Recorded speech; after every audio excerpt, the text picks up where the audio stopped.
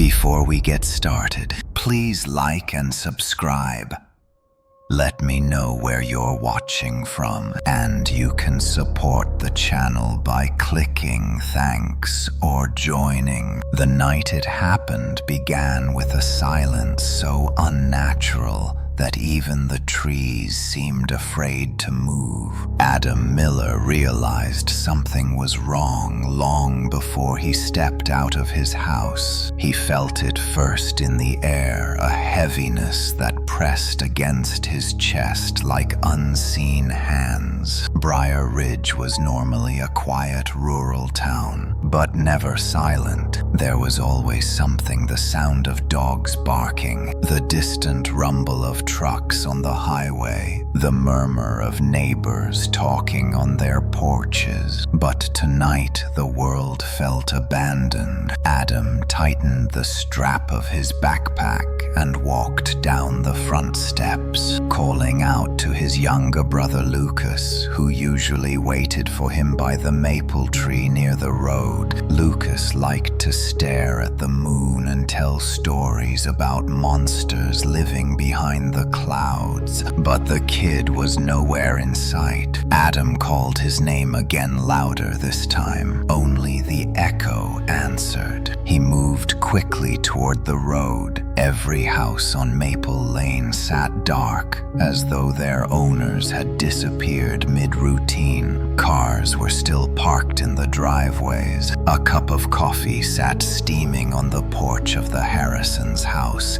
as if someone had placed it there only seconds earlier. A lawn sprinkler continued turning in slow, mechanical circles, spraying water over an empty yard. All of it looked alive, yet lifeless at the same time, like a photograph taken just before something terrible happened. Adam reached the maple tree and stopped. Lucas was not there. In the dirt, he found a single footprint, small, fresh, and then another. But the third print curved strangely in a direction no normal foot would turn, as if Lucas had been dragged sideways by something standing behind him. His heart thudded hard against his ribs. He took out his phone, planning to call the sheriff, but the screen showed no signal, not even a weak bar. Completely dead. He started walking toward town center,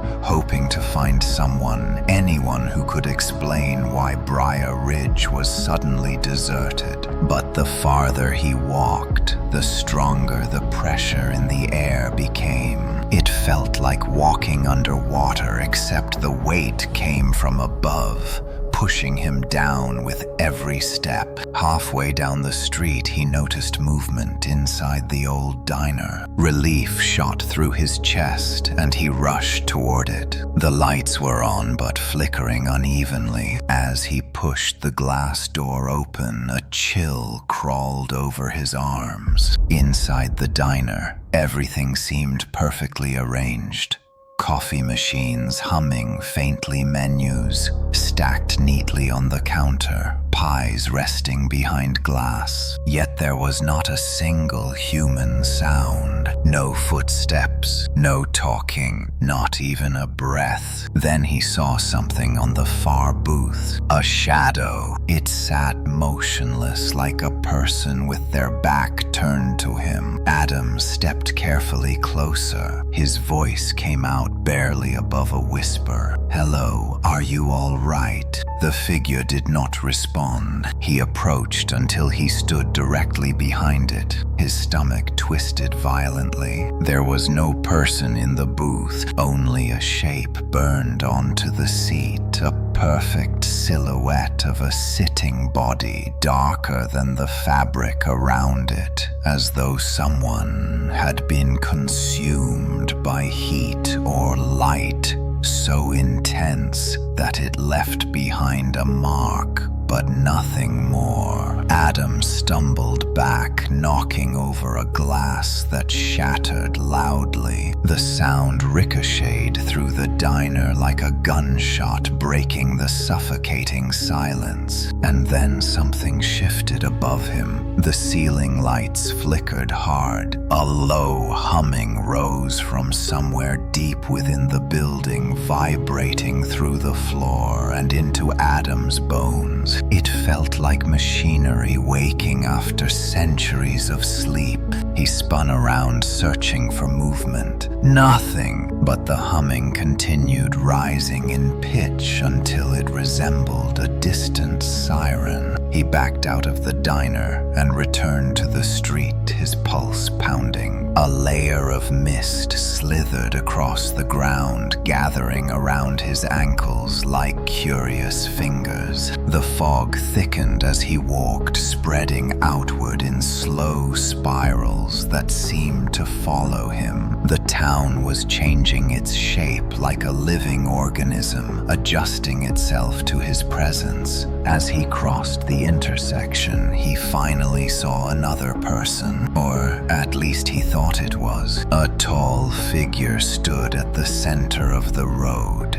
Its face turned upward toward the sky. Its skin was pale, almost translucent, like wax left in the sun. As Adam stepped closer, he noticed that the figure was not breathing. It was completely still. Its eyes were open too wide, frozen. Adam approached cautiously and reached out a trembling hand. Before he touched the figure, something moved behind it. A second shape emerged from the fog, then a third. They walked slowly, stepping in perfect rhythm. Their eyes were empty, their expressions numb. They moved like sleepwalkers who had forgotten how to be alive. Adam backed away as more figures appeared from alleys, from houses, from behind parked cars. Dozens of them gathering silently in the street, all facing the same direction, toward the sky, as if waiting for something to descend. Suddenly, every streetlight in town blinked out.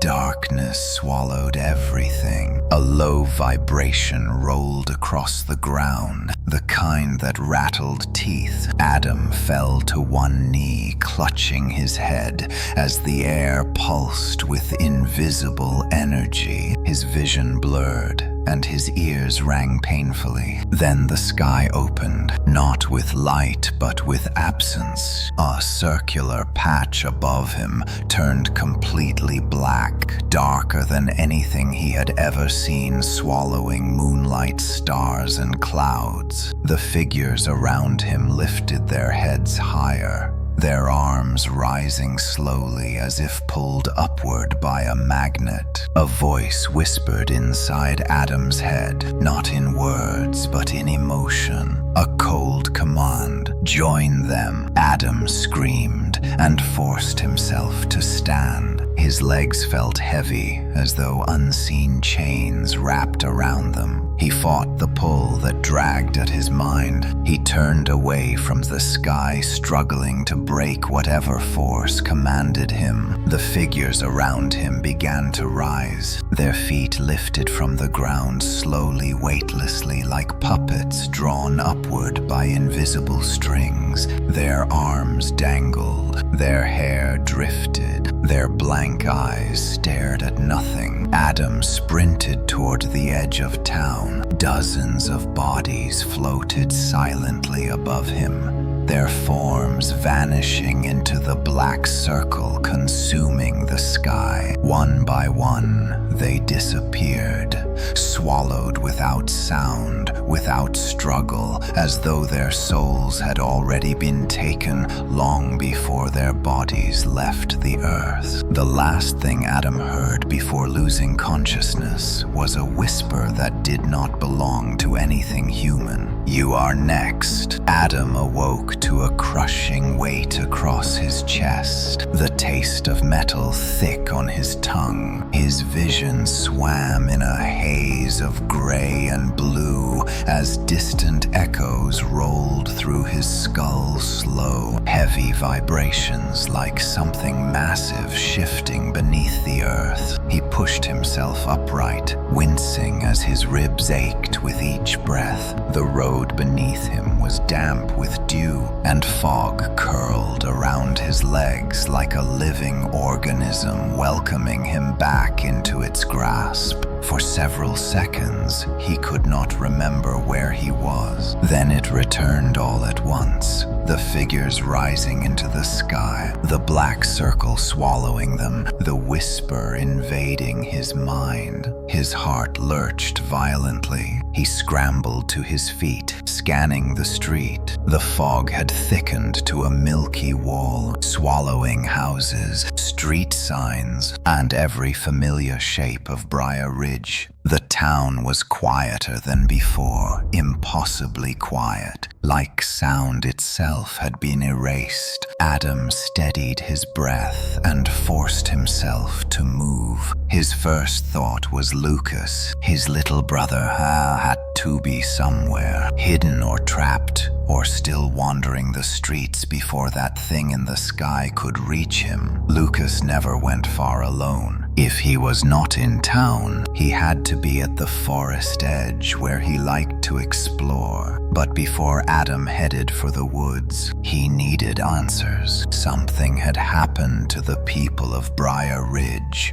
Something unnatural, and he had to understand before he could fight it. He started toward the town square, hoping whatever force controlled the town had not yet taken everything. His footsteps echoed faintly against the asphalt, the only living sound for miles. The fog shifted around him as if reacting to his presence, parting slowly, forming a narrow path that guided rather than obstructed. Adam felt watched, but from where he could not tell. As he approached the town square, the fog receded enough for him to see the fountain at its center. The statue of the town's founder stood frozen mid-salute, hand raised toward the sky. But something was wrong. The statue was cracking. Hairline fractures ran down its arms and torso. The stone face had warped into a look of terror, and beneath the statue, the water of the fountain had turned opaque black, swirling slowly as if stirred by something hidden underneath. Adam stepped closer. The surface shifted. A reflection appeared, one that did not belong to him. A woman, pale, eyes wide with fear. Her mouth opened and closed silently, as though screaming for help. Adam staggered back. The reflection leaned closer toward him, pressing its hands against the water from beneath its surface. The black water rippled outward in perfect circles, each wave whispering faint sounds, not words exactly, but fragments of intention, desperation, warning. Then the reflection mouthed a name. Lucas.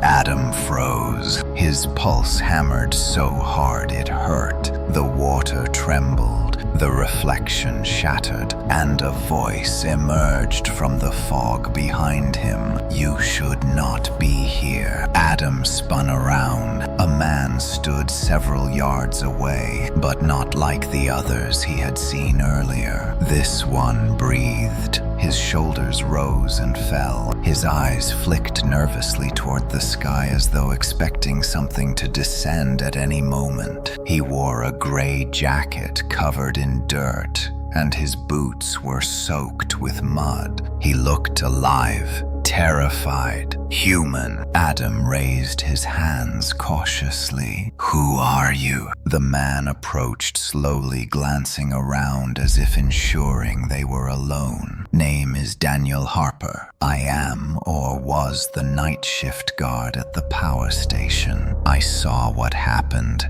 and I ran before it could take me too. Adam felt a surge of hope. Someone who knew something, someone who had survived. "What is going on?" Adam asked. "What happened to everyone?" Daniel swallowed hard. He looked toward the sky, even though the black circle was no longer visible. "It comes every 30 years, always the same night. Always without warning. My grandfather told me stories, but I never believed them. No one did. It comes," Adam repeated. "You mean the thing in the sky?" Daniel nodded. "The hollow above. That is what the old families called it. A doorway or a mouth, depending on who you asked. But it only opens when the town is quiet enough to hear it. When the veil gets thin," Adam forced himself to remain calm. "What does it want?" Daniel hesitated, then said quietly, "Us." The fog around them thickened again, coiling upward like smoke. Adam stepped closer to Daniel. "Why are we still here?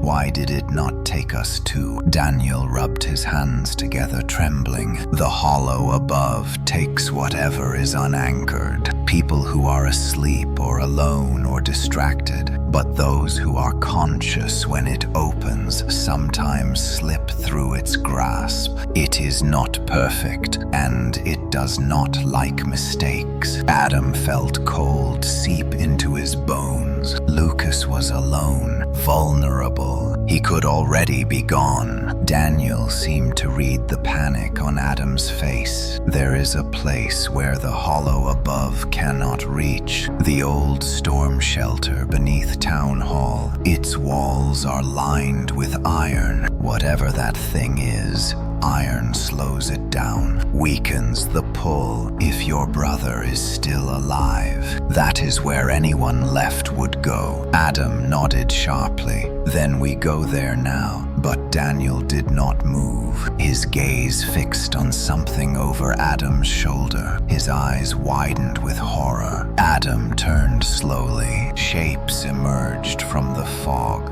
but these were not the blank figures Adam had seen before. These were different, their limbs bent at impossible angles, as though joints had been rearranged. Their faces were distorted, stretched too long or too wide, as if sculpted by a hand that did not understand human anatomy. Their eyes glowed faintly, a dull white like dying stars. "The hollow leftovers," Daniel whispered. "The ones it tried to take but failed to keep." Adam grabbed Daniel's arm. "Run!" They sprinted across the square. Behind them, the creatures moved in jerking spasms, their bones cracking with each step. The sound echoed like snapping branches. Adam and Daniel raced toward the town hall, its shadow looming through the fog. But the creatures were fast. One leapt forward,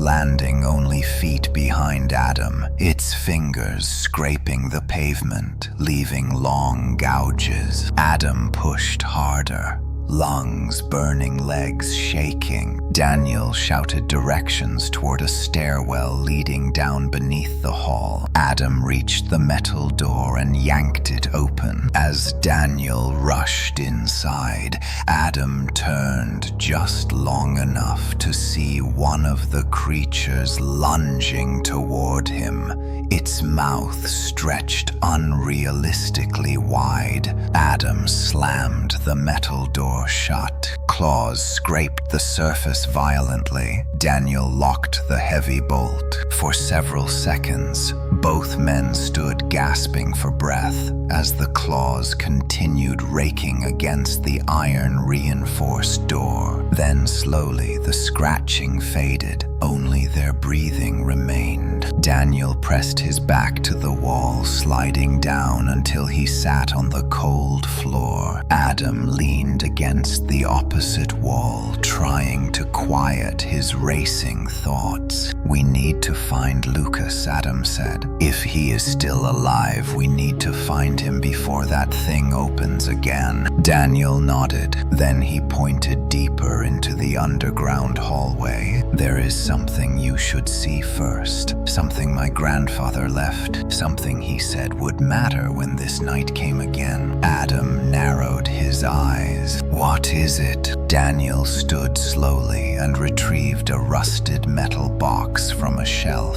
He opened it with shaking hands. Inside was an old map of Briar Ridge, but not the Briar Ridge Adam knew. This map showed tunnels, symbols, markings of places where the veil was thin enough to tear, and at the center of the map, circled in red ink, was a single handwritten phrase. "The night everyone disappears is not the end. It is the beginning." The iron door behind Adam and Daniel groaned as the final echoes of the creatures faded into distant nothingness. The underground corridor felt colder now, as though the hollow above exhaled through the cracks in the world, and its breath seeped all the way down into the storm shelter. Adam steadied himself, gripping the ancient map Daniel had revealed. The red ink circled regions of town he had never known existed, hidden places marked with symbols resembling eyes, spirals, and jagged lines. Each symbol pulsed with something that felt alive. Daniel pointed toward a narrow hallway extending deeper beneath the town hall. "If Lucas is anywhere," he said quietly, "it will be beyond this corridor. My grandfather called it the spine. It connects every thin place in Briar Ridge." Adam studied the map again. The spine twisted like a serpent beneath the town, and near its center, directly beneath Maple Lane,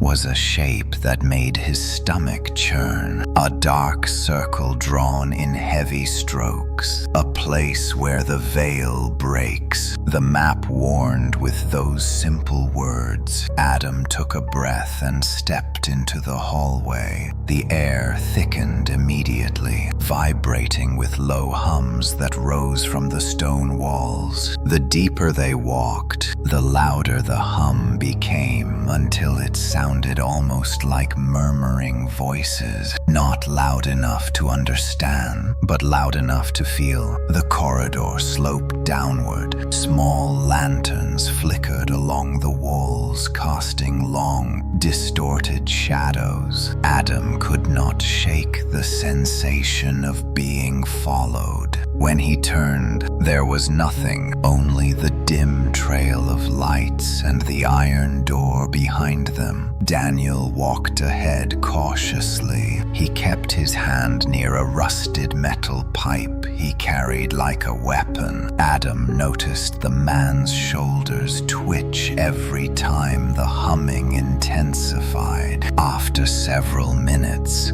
the hallway widened into a large underground chamber supported by ancient beams. Dust floated in thick clouds through the lantern light. Old supplies lay scattered across the floor crates. Tools, broken furniture, signs that this place had once served as shelter during storms decades ago. But now something else lived here, something that breathed. Adam froze. Between the crates, a figure crouched low to the ground. A man, alive, at least. Partly, his clothes were torn, his hair matted with dirt and dried blood. His chest rose and fell in jagged breaths, but his eyes were wrong. They darted around rapidly without focusing, flicking toward corners where nothing existed. His fingers twitched uncontrollably, and when he opened his mouth, a low sound slipped out. They are everywhere.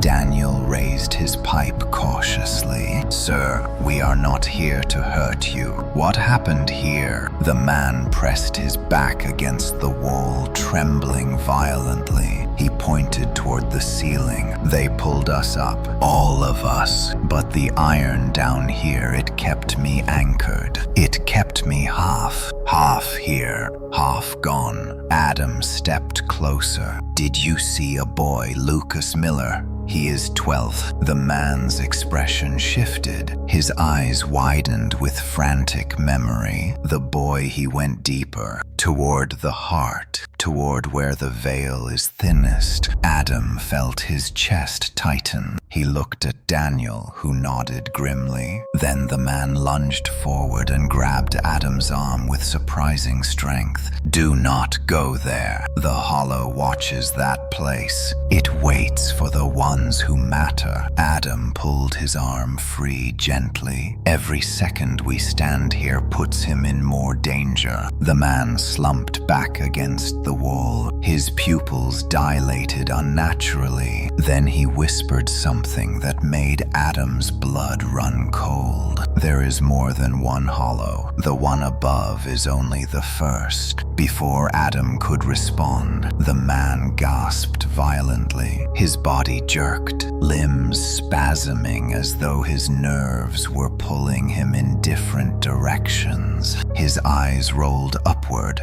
and then his body went still. Adam stepped back. A faint, wispy shadow rose from the man's mouth, drifting upward through the chamber ceiling as if drawn toward something waiting above. Daniel exhaled shakily. "We cannot stay here." They moved toward a second corridor on the far side of the chamber. This passageway sloped even more steeply downhill. The humming intensified, now mixed with whispers and faint echoes of footsteps that did not match their own. Adam felt something shift in the air, a pressure that pushed inward from all directions. Time seemed to slow. Even the lantern flames bent sideways, as if gravity itself warped. Then they heard it, a voice, soft, childlike. "Adam!" He froze. His breath caught in his throat. "Lucas." The voice drifted from deeper inside the tunnel, echoing against stone walls. Daniel grabbed Adam's shoulder. "Wait, that might not be him." But Adam could not stop. He sprinted ahead, ignoring Daniel's warnings. The tunnel twisted sharply, then widened into another chamber. The air shimmered with strange distortions, warping the edges of the room like heat over desert sand. At the center stood Lucas, or something that wore Lucas' shape. The boy was motionless, staring at Adam with wide, hollow eyes. His skin was too pale, his pupils too dark, and his shadow stretched unnaturally across the floor in the wrong direction. Adam stepped forward slowly. "Lucas, it is me. It is Adam." Lucas blinked, but the blink was too slow, too deliberate. Then he smiled, but it was not Lucas' smile. Adam felt his heartbeat accelerate. A whisper slithered across the chamber. "He is ours now." Adam stumbled back. The shadows behind Lucas twisted like tattered cloth, rising, as though preparing to envelop him. Suddenly, Daniel rushed in, swinging his metal pipe downward. The blow shattered the lantern beside Lucas, filling the chamber with darkness. Shadows recoiled. The figure that resembled Lucas let out a shrill, unnatural cry and dissolved into a plume of smoke that rushed into the cracks of the walls. Adam gasped. His legs trembled. Daniel grabbed his arm again. That was not him. The hollow creates reflections, echoes. It shows what you want to see. Adam clenched his fists. Then where is the real Lucas? Daniel pointed toward a massive iron door partially embedded in the rock. Behind that, the heart of the veil. Adam approached it slowly. The iron felt cold beneath his fingertips. Something pulsed weakly on the other side. Not electricity, not machinery, something alive. He gripped the wheel of the door and began to turn it. The metal groaned long and deep, like the cry of a living creature being awakened from sleep. As the final bolt slid free, a wave of cold air exploded outward, extinguishing every lantern in the chamber, and a distant voice whispered through the darkness. You should not have opened that. The darkness that burst from behind the iron door felt alive, as though it carried intention. Adam staggered backward as the cold wave slammed into him, numbing his fingers and burning his lungs with each breath. The lanterns had died instantly, leaving only the faint glow from cracks in the rock ceiling, shimmering with an eerie blue light that pulsed like a heartbeat. Daniel grabbed Adam's arm. Do not move. It senses motion. Adam froze. The cold air thickened, swirling like smoke around their legs. From within the darkness behind the door came a faint scraping sound. Metal dragging across stone slowly, rhythmically, as if something enormous was shifting its weight. Then a whisper. Adam. His blood froze. The voice was unmistakable. Lucas. Daniel shook his head violently. That is not him. It mimics. It lies. It tries to pull you in. But the voice came again, clearer and filled with fear. Adam, please. Adam gritted his teeth. If my brother is in there, then I am not leaving him. Daniel stepped in front of him. I know the stories. The heart of the veil is not a place for the living. It is where the hollow becomes real. Adam shoved past him and moved toward the iron door, gripping the wheel again. When he turned it further, the door creaked open with a grinding roar, and a wave of stale air rolled out. The scent of damp earth mixed with something metallic, like iron and lightning. Beyond the threshold lay a cavern,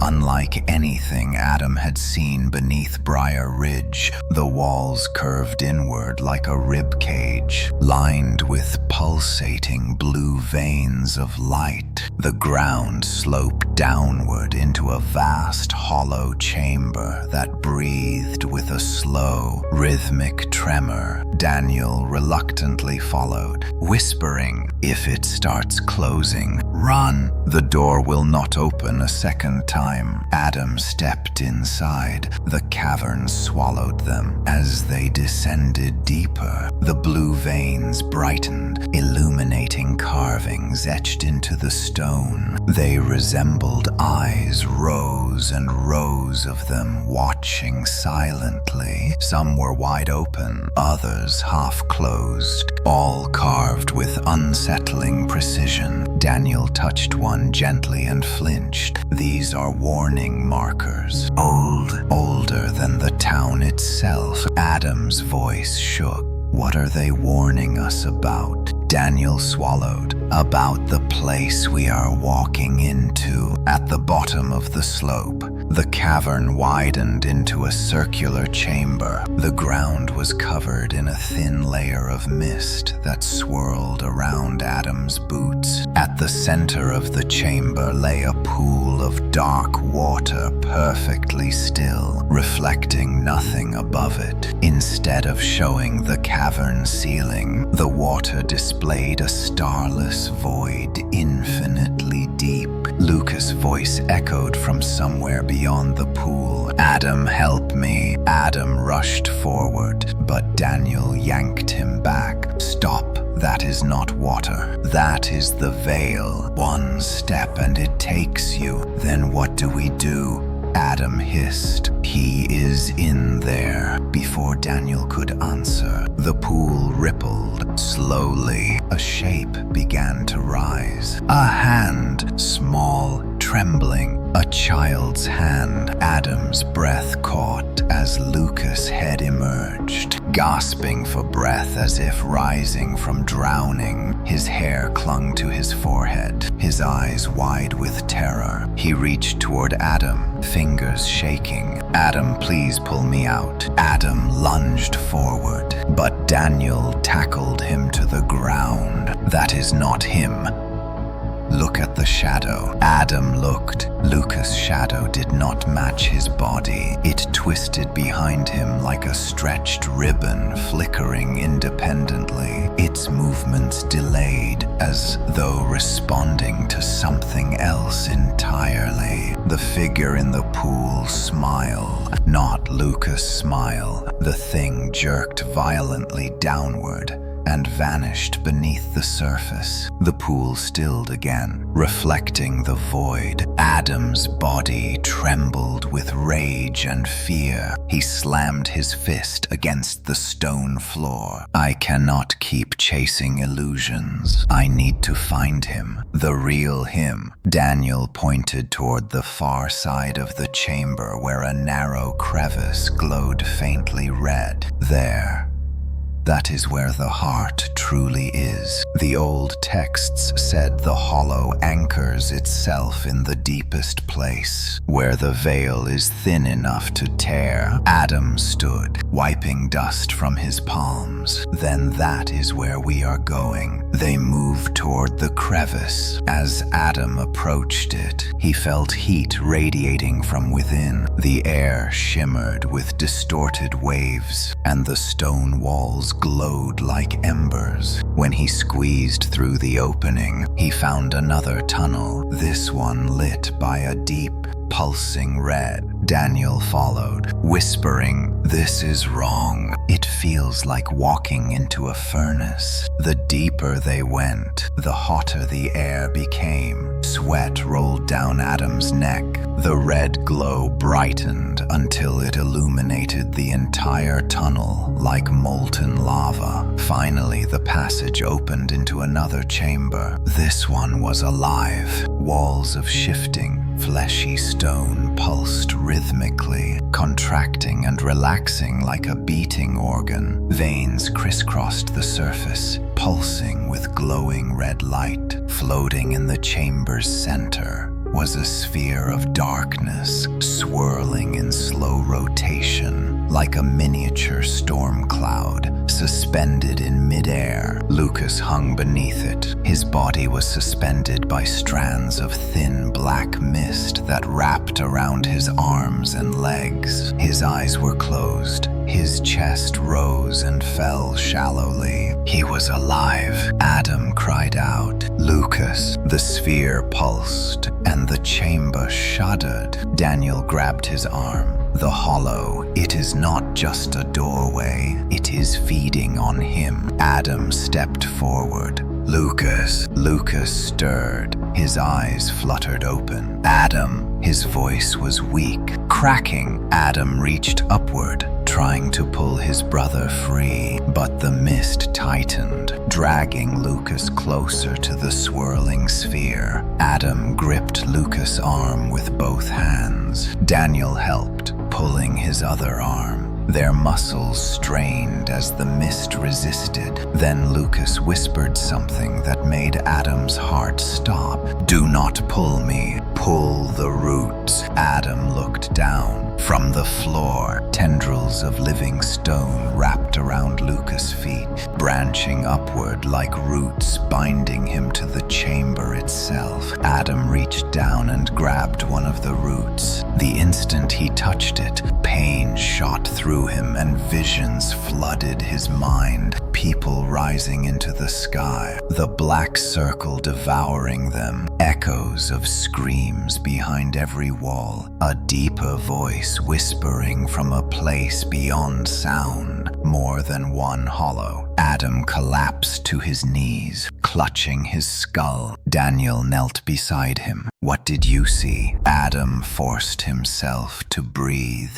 "It is not only above. There are more layers, levels, like it is peeling the town apart." Daniel paled. "Then we have no time." Together they wrapped their hands around the roots and pulled. The chamber screamed. The fleshy walls convulsed. The sphere pulsed violently. The mist tendrils tightened. Lucas cried out in agony. Adam yelled, "Hold on!" With one final pull, the roots snapped. Lucas fell into Adam's arms. The sphere shrieked, a sound that rattled every bone in their bodies. The chamber convulsed violently, cracks racing along the walls. Daniel shouted, "We need to run." Adam lifted Lucas and sprinted toward the crevice as the chamber collapsed behind them. The fleshy walls tore open, spilling streams of black mist that reached for their legs like grasping claws. Lucas whispered weakly, It knows I am gone." Adam held him tighter. "We are getting out." The ground thundered as they ran. The cavern behind them collapsed, shaking the earth with each pulse from the dying sphere. At the end of the tunnel, the faint blue glow of the earlier cavern appeared. They burst through the crevice just as a blast of dark energy exploded behind them, ripping through the air like a hurricane of shadows. As the shockwave slammed into them, Adam shielded Lucas with his body. Daniel grabbed Adam, shouting over the deafening roar, "It is awake now. The hollow above will not wait 30 years this time." Adam looked down at Lucas, trembling in his arms. The boy whispered one final warning, "It is coming for all of us." The cavern shook long after the shockwave passed, each tremor rolling beneath Adam's feet like thunder trapped underground. Dust drifted from the cracked ceiling as the blue glow flickered weakly, struggling to stay alive. Adam tightened his grip around Lucas, who breathed shallowly against his chest, trembling with every inhale. Daniel leaned against the wall, clutching his ribs, his face pale with exhaustion. "We cannot stay here," Daniel said. "The hollow will follow the break.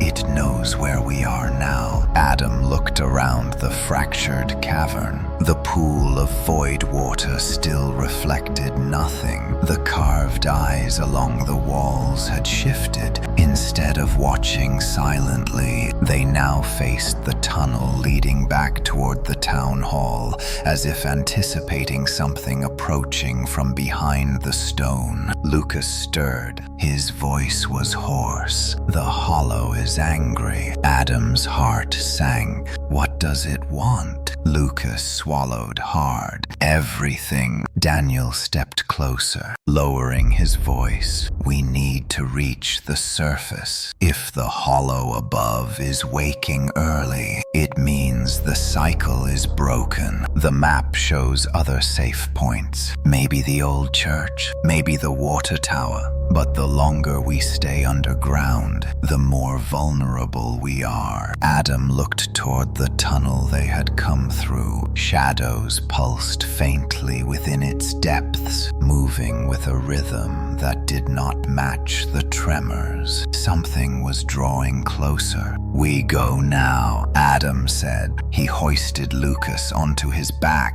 The boy clung weakly, his breath warm against Adam's neck. Daniel lit one of the spare lanterns, and the pale yellow glow steadied their resolve. They started toward the main corridor, but the moment they reached the first intersection, the stone walls began to pulse, not like before. This time, the pulses matched a heartbeat, slow, heavy, and alive. The light dimmed, the shadows deepened, and the air grew thick enough to taste. A metallic tang coated Adam's tongue. Daniel whispered, "It is descending." Adam looked at him. "Descending? What do you mean?" Daniel pointed upward. "It is coming down from the sky into the tunnels. The hollow above can change its shape. It can come as shadow, as wind, as sound, and right now it is coming as something that hunts." A cold wind pulled at their clothes. Adam felt the temperature drop several degrees in seconds. Frost began forming along the walls. "Move," he said. Now they rushed down the corridor, following the blue glow toward the storm shelter. But the light flickered violently. A sharp cracking sound echoed through the tunnels like claws against stone. Then Lucas whispered in Adam's ear, "It is behind us." Adam did not look back. He could not. If he saw it, he feared something inside him would break. Daniel sprinted ahead, guiding them through branching passages. The deeper they went, the less the hollow's pull seemed to affect Lucas. Adam took that as a sign they were heading toward the right direction. But the air kept vibrating, humming, pulsing. Then something shifted behind them. A scraping sound, a breath, a whisper. "Adam!" The voice was perfect, human, familiar, but it belonged to none of them. Adam's chest tightened. "Do not listen," he muttered to himself. "Do not look." The tunnel narrowed as they passed beneath a low archway lined with iron supports. Daniel shouted back, "Hurry! The shelter is close." They rounded a corner and reached the storm shelter door. Daniel grabbed the wheel and began turning it. But before the door could open, a violent tremor rocked the corridor. The lantern burst, scattering shards of glass across the floor. Darkness swallowed everything. Adam felt Lucas tighten his grip around his shoulders. The boy's heartbeat quickened. Daniel cursed in the dark, fumbling for the lock. Then a glow appeared behind them, soft, pale, pulsing like breath. Adam turned. A figure stood at the far end of the corridor. At first, he thought it was a woman, her long hair drifting weightlessly as if underwater. But as she stepped closer, her form twisted each time she moved, like a broken reflection on rippling water. Her arms bent slightly the wrong way. Her legs shifted in strange jerks. Her face flickered between expressions like a candle flame in a breeze. Adam's stomach churned. The hollow above was wearing a shape, an imitation. Lucas groaned weakly. "Dad!" Adam's heart cracked. The creature had chosen the one voice Lucas could not resist. The imitation stepped closer, its flickering form stabilizing just enough to resemble their father. Same jawline, same posture, same gentle eyes. Adam felt Lucas reaching out toward the creature. "No," Adam whispered. "That is not him." Lucas whimpered. "But it sounds like him." Daniel shouted from behind the door. Adam, keep him away from it. The imitation began to speak.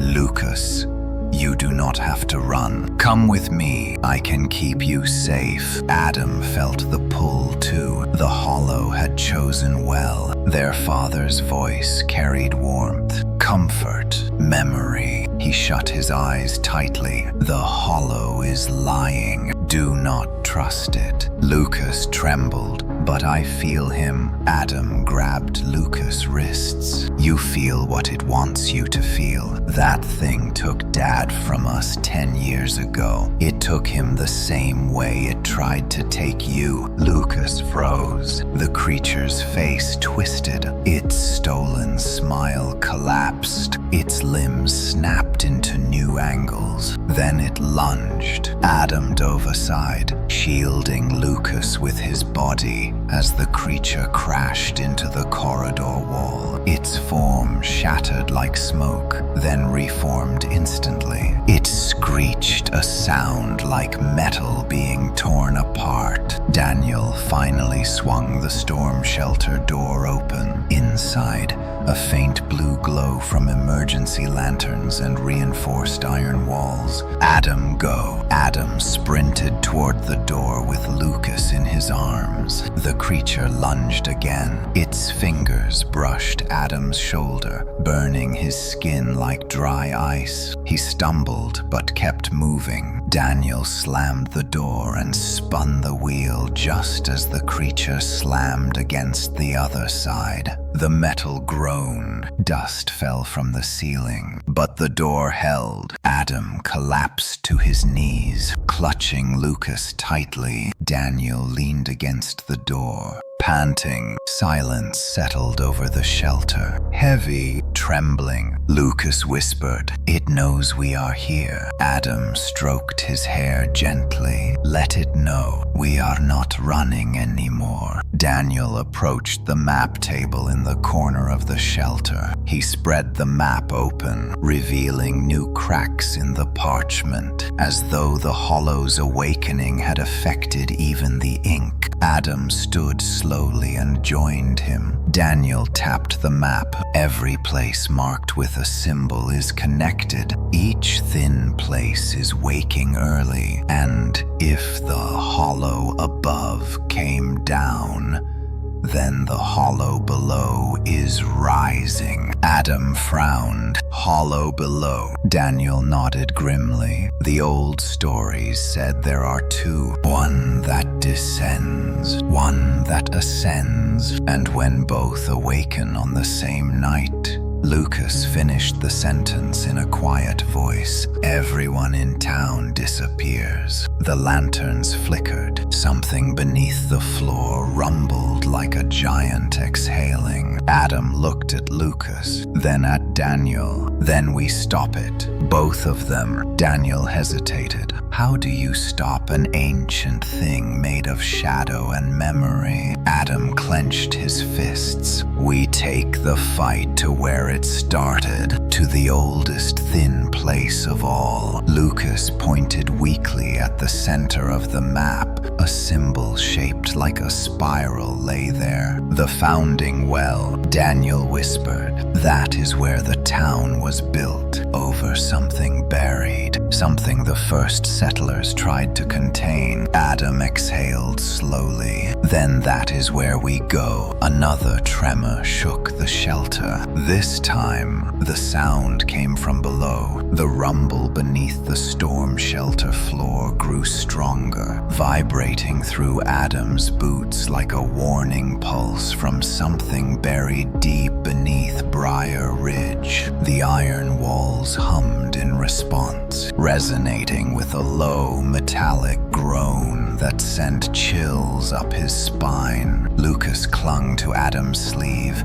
his breath shallow, eyes fixed on the trembling ground. Daniel stepped away from the map table, lantern in hand. "It is the hollow below. It is waking." Adam nodded grimly. Then we move before it reaches us. If both hollows converge here, the entire town will disappear in one instant. Lucas whispered, "It already knows where we are. We need to keep moving." Adam placed a steady hand on Lucas' shoulder. "We will, but we do this smart. No more running blind. We find the founding well and end this." The shelter lights flickered as the rumbling intensified. Dust fell in thin streams from the ceiling. The iron door behind them bent slightly inward, as if pressed by unseen hands. Something scraped along its surface, long dragging streaks that made Lucas flinch. Daniel lifted the lantern. "We go through the east corridor. It connects to the old maintenance tunnels. The founding well is somewhere beneath them." Adam looked at Lucas. "Can you walk?" Lucas nodded weakly. "I will try." Adam helped him stand. The boy's legs trembled but held. Together, the three of them moved to the east corridor door, a narrow metal hatch reinforced with rusted bolts. Daniel turned the wheel and pushed it open. A blast of cold air rushed out, not natural cold, hollow cold. The corridor beyond stretched into darkness, lined with pipes that groaned softly. The glow from Daniel's lantern cast long shadows across the walls. Adam entered first, Lucas beside him. Daniel followed, shutting the hatch behind them. The rumbling faded slightly, muffled by layers of earth and metal, but something else replaced it.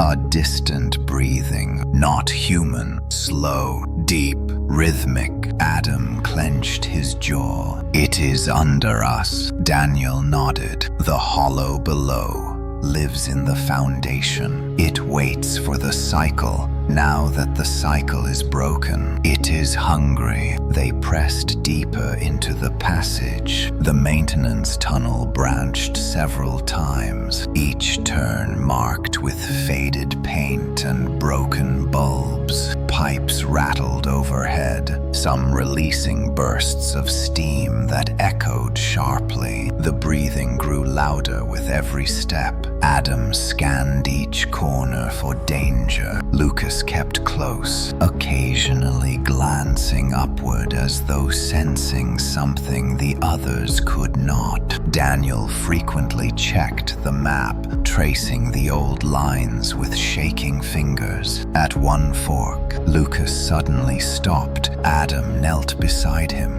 "What is it?" Lucas raised a trembling hand and pointed down the left tunnel. The air shimmered faintly, rippling like heat waves. A low hum vibrated through the stones. "That way," Lucas whispered. "The well is there." Daniel frowned. "How do you know?" Lucas swallowed hard. "I can feel it pulling." Adam exchanged a grim look with Daniel. "Then that is where we go." They moved cautiously down the left passage. The floor sloped gradually downward. The pipes above became thicker, older, covered in grime and rust. Strange symbols were carved into the stone walls. Spirals, slashes, and a mark resembling an open mouth. Adam brushed his fingers across one of the carvings. It pulsed faintly beneath his skin. Daniel whispered, "The settlers carved these to warn themselves, or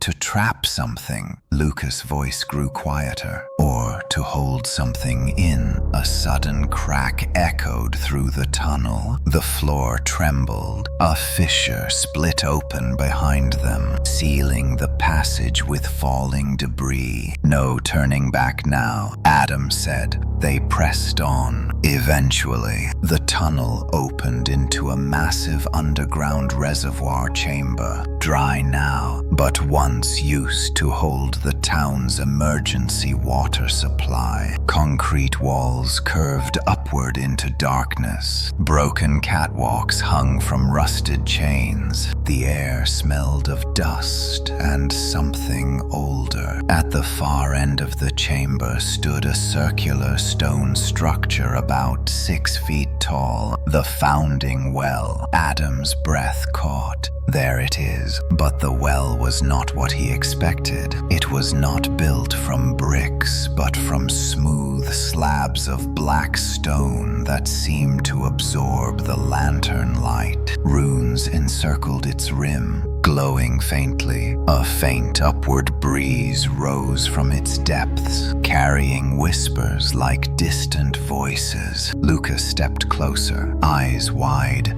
It is calling. Adam grabbed his shoulder. Do not get too close. Daniel approached the well carefully. The first settlers must have sealed something inside, something that the hollow above and hollow below both want. Adam peered into the well. It was not water inside. It was darkness, moving darkness. Something stirred far below, like shapes shifting beneath a layer of black fog. The whispers rose louder. Adam! He jerked back. The whisper was his mother's voice. Soft, familiar, impossible. Lucas grabbed Adam's hand. Do not listen, it lies. But the well continued whispering Lucas' name, Daniel's name, even words none of them understood. Daniel stepped away from the edge. It is awake.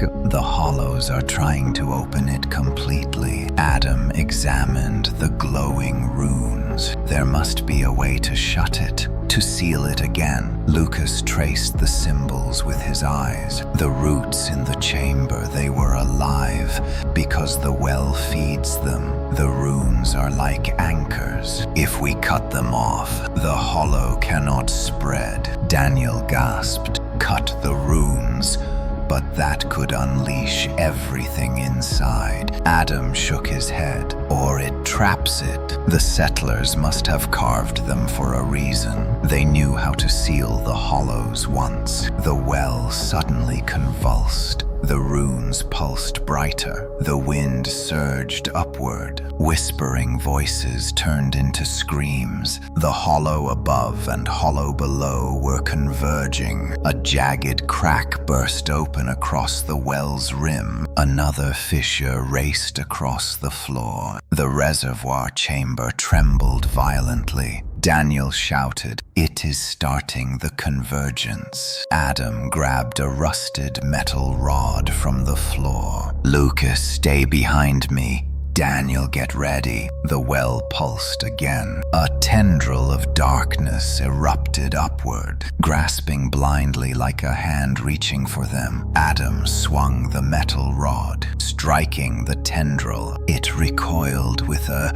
shriek like tearing metal. Daniel yelled, "The rune there on the rim, smash it." Adam climbed onto the edge of the well. The wind nearly threw him off. He swung hard. The metal rod struck the glowing rune, cracking it. Instantly, the well screamed, and the chamber went pitch black. Lucas cried, "Adam!" Another tendril whipped upward. Daniel slammed his shoulder into Adam, knocking him aside as the tendril struck where he had stood. Adam regained footing and smashed a second rune. Darkness exploded outward in a shockwave. Lucas shielded his face. Adam, hurry. It is getting stronger. Adam destroyed a third rune, a fourth. Each time the well shrieked and the chamber shook harder. Cracks spiderwebbed across the walls. Catwalks fell from above. Daniel shouted over the thunderous roar. One more. The last rune. Adam saw it glowing rapidly, pulsing like a beating heart. He lifted the rod. A tendril shot upward, grabbing his ankle and pulling him toward the well. Lucas screamed. No, let him go. Daniel grabbed Adam's arms, pulling with all his strength. The tendril tightened, the well roared. Adam raised the rod. With a final surge of strength, he slammed it down onto the last rune. The chamber collapsed into silence. The tendril dissolved. The whispers died instantly. The well stopped pulsing. The wind ceased. Lucas fell to his knees, trembling. Daniel leaned heavily against the wall, gasping for breath. Adam stood at the edge of the now dormant well. The darkness inside was still, quiet, but his relief was short-lived. From deep below came a faint sound, a heartbeat, slow, growing louder. The heartbeat rising from the depths of the sealed well echoed through the reservoir chamber like the pulse of something awakening after centuries of sleep. Adam felt it reverberate in his bones, slow at first, then growing stronger, faster, heavier. Lucas clutched Adam's sleeve, his small fingers trembling. Daniel lifted the lantern, but its flame flickered wildly, bending toward the well as if drawn by an invisible pull. Adam took a cautious step back from the rim. It should be sealed. The runes should have stopped it. Daniel's eyes narrowed. Unless something else was beneath them, something the settlers did not know how to seal. The heartbeat continued, now shaking dust loose from the cracked ceiling. The catwalk remnants above creaked under the vibration. Lucas covered his ears. It hurts. It is trying to talk. Adam knelt beside him. Do not listen. Focus on my voice. Okay, Lucas nodded, though tears streaked down his cheeks. Daniel moved toward a broken pillar to steady himself. The heartbeat deepened again. Then it stopped. Silence. Thick, heavy, absolute. Adam exchanged a look with Daniel. That is not good. A single crack echoed from beneath the well, like stone splitting under tremendous pressure. The well's black stone trembled. A thin line of red light seeped from the cracks, spreading along the surface like molten veins. Lucas gasped. It is opening again. Daniel grabbed Adam's arm. We need to leave. Now, Adam lifted Lucas in his arms. The boy trembled violently. The chamber around them groaned, the floor shaking as the red fissures expanded across the well's outer wall. The air thickened with heat,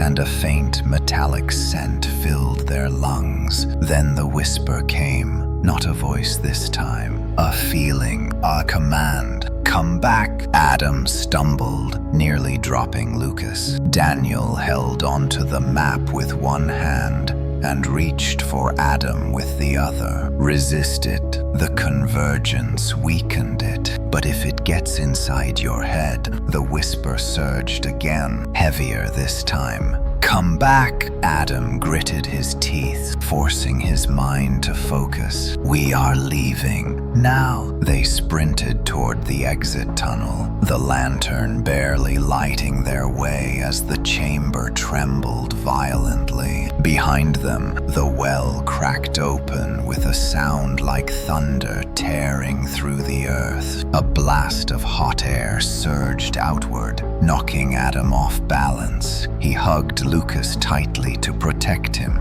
Daniel shouted, "Keep moving." They entered the tunnel, but the trembling grew worse. The stone walls pulsed like the veins of a living creature. The faint runes carved into the walls flickered with dim blue light, as if resisting the force rising beneath them. Lucas whispered into Adam's neck, "It is not just one. There are more voices now. They are all waking." Adam ran faster, but the tunnel ahead rippled, literally rippled like a sheet of fabric blown by wind. except there was no wind. The stone walls distorted, bending inward and outward like liquid. Daniel cursed. The veil is breaking. Without warning, a fissure ripped open beside them. A torrent of black mist poured through, swirling into vague shapes that lurched toward them. Adam shielded Lucas, swinging the lantern forward. The mist recoiled from the light, screeching as it retreated into the cracks. Daniel urged, "This tunnel leads back to the maintenance junction. If we reach the upper shafts, we can climb to the surface." They ran deeper into the rippling corridor, their footsteps echoing unnaturally, as if the sound arrived before their feet touched the ground. The environment was breaking apart. Adam watched the ceiling twist slightly, warping like it was melting. Another fissure erupted ahead. Tendrils shot out, gripping the walls and pulling them apart. Lucas screamed, "It is coming through." A massive shape began to push through the tier. Not a creature, a shadow, a colossal silhouette with no form, only depth so dark it devoured the light around it. The hollow below was forcing itself into their world. Daniel grabbed Adam by the arm. "This way." He pointed to a narrow side passage, almost invisible behind debris, but large enough to fit them single file. They squeezed through just as the shadow lunged, crashing into the stone wall where they had been. The wall splintered. Lucas whimpered, "It knows we left the well. It is hunting us." Adam held him close. "We are not dying down here." The passage was steep and rough. Broken ladders lined parts of the wall. Old machinery lay rusted and forgotten. Daniel examined the map again. "If we follow this shaft, it leads to the old air filtration tower. It is above ground but abandoned for years. If we can reach it, we can get outside the hollow's underground reach." Adam nodded. "Then let's go before that thing." The floor beneath them split. A massive crack shot through the shaft, splitting it open like an egg. Adam grabbed Lucas, and Daniel leaped aside, barely dodging falling debris. The floor caved in sections, exposing dark chasms below. Adam pressed himself against the wall. The chamber below shifted. Black mist rushed upward like a geyser. Lucas screamed, "It is pulling us down." Adam hugged him tightly. "Hold on." Daniel found a rusted ladder bolted to the wall. "Here, climb now." Adam placed Lucas onto the ladder first. The boy climbed shakily, Daniel behind him stabilizing the structure. Adam went last. As he started to climb, black tendrils shot upward, wrapping around his boot. He kicked against them desperately. The tendrils tightened, burning cold like frostbite. Lucas reached down, eyes wide. "Adam!" Daniel shouted. Adam let go of the rod. Adam realized he was still gripping the metal rod used to shatter the runes. The tendrils were drawn to it. He dropped it instantly. The shadows recoiled. Releasing his leg, Adam climbed rapidly behind Lucas. Below them, the tendrils devoured the metal rod, dissolving it into dust. After several agonizing minutes, they reached a hatch above.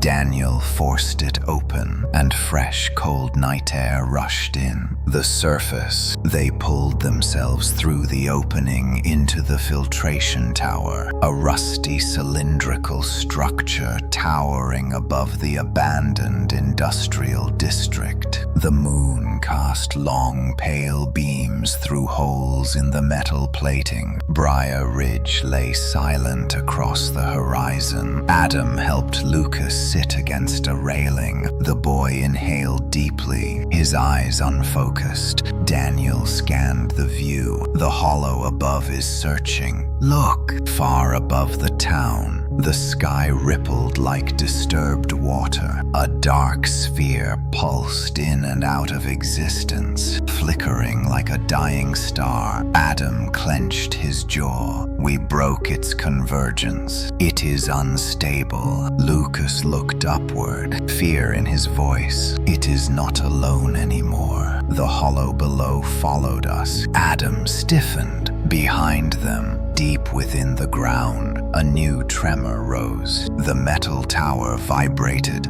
Daniel's face paled. Adam. The well did not contain it. It weakened it, but now it is angry. Adam picked Lucas up. Then we move. The founding well is not enough. We need to cut the connection between the hollows completely. Daniel pointed toward the town center. The settlers built their meeting hall over the first anchor point. If any place can break the link, it is there. Adam nodded firmly. Then that is where we go. A massive rumble shook the tower. Lucas clutched Adam's shirt. It is rising, not just waking, rising. Adam looked across the dark town. Whatever was coming from beneath Briar Ridge was enormous, and it was no longer hiding. The metal tower shuddered violently as the tremor rose from deep beneath Briar Ridge. Adam held Lucas tightly,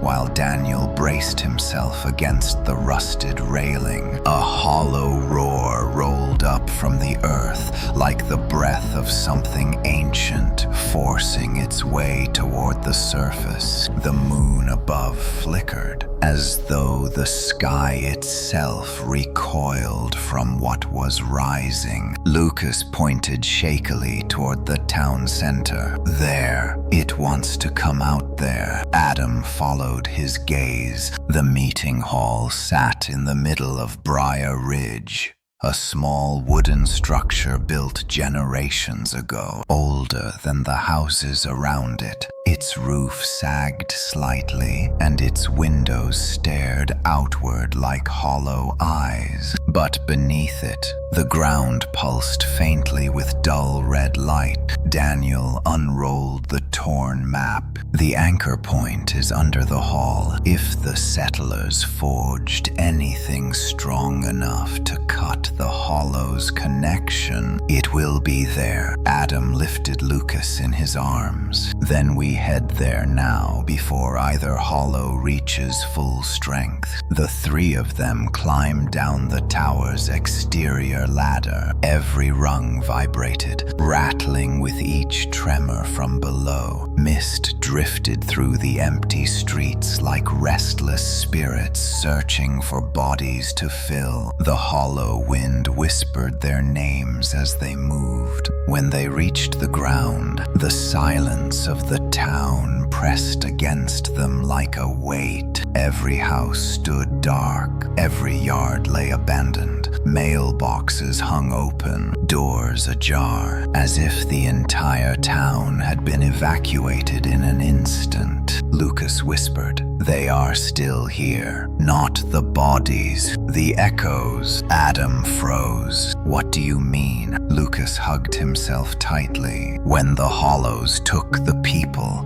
they left something behind.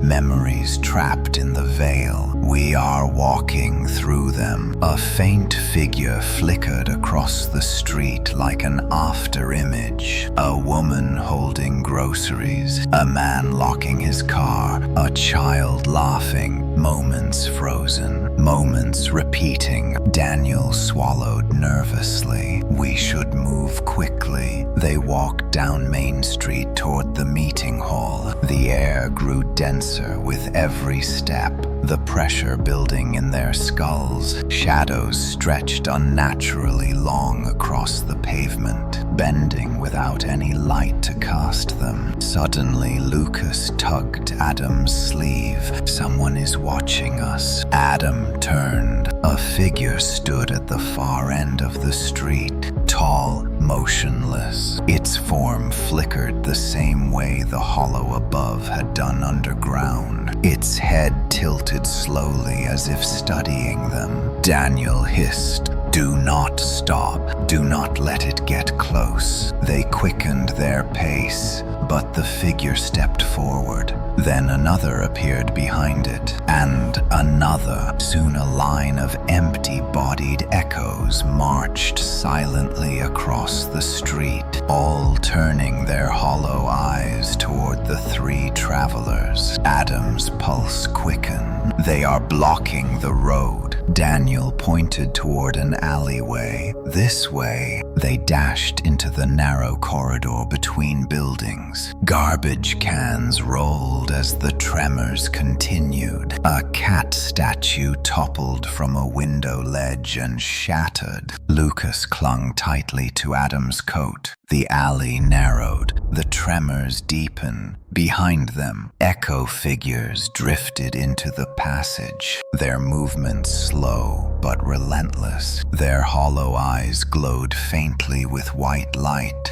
Daniel growled, "They are hurting us, but to where?" Lucas whispered, "They want to keep us away from the hall. They know we want to break the anchor." Adam turned into another alley, but this one dead-ended at a brick wall. The echoes blocked the entrance. Dozens of them. Adam positioned Lucas behind him. Daniel lifted a pipe from the ground, ready to swing. The echoes moved closer. Their bodies twitched as if puppeted by invisible strings. Adam whispered, "We are not dying in an alley." Suddenly, Lucas stepped in front of them, lifted his hands, and breathed shakily. "Stop!"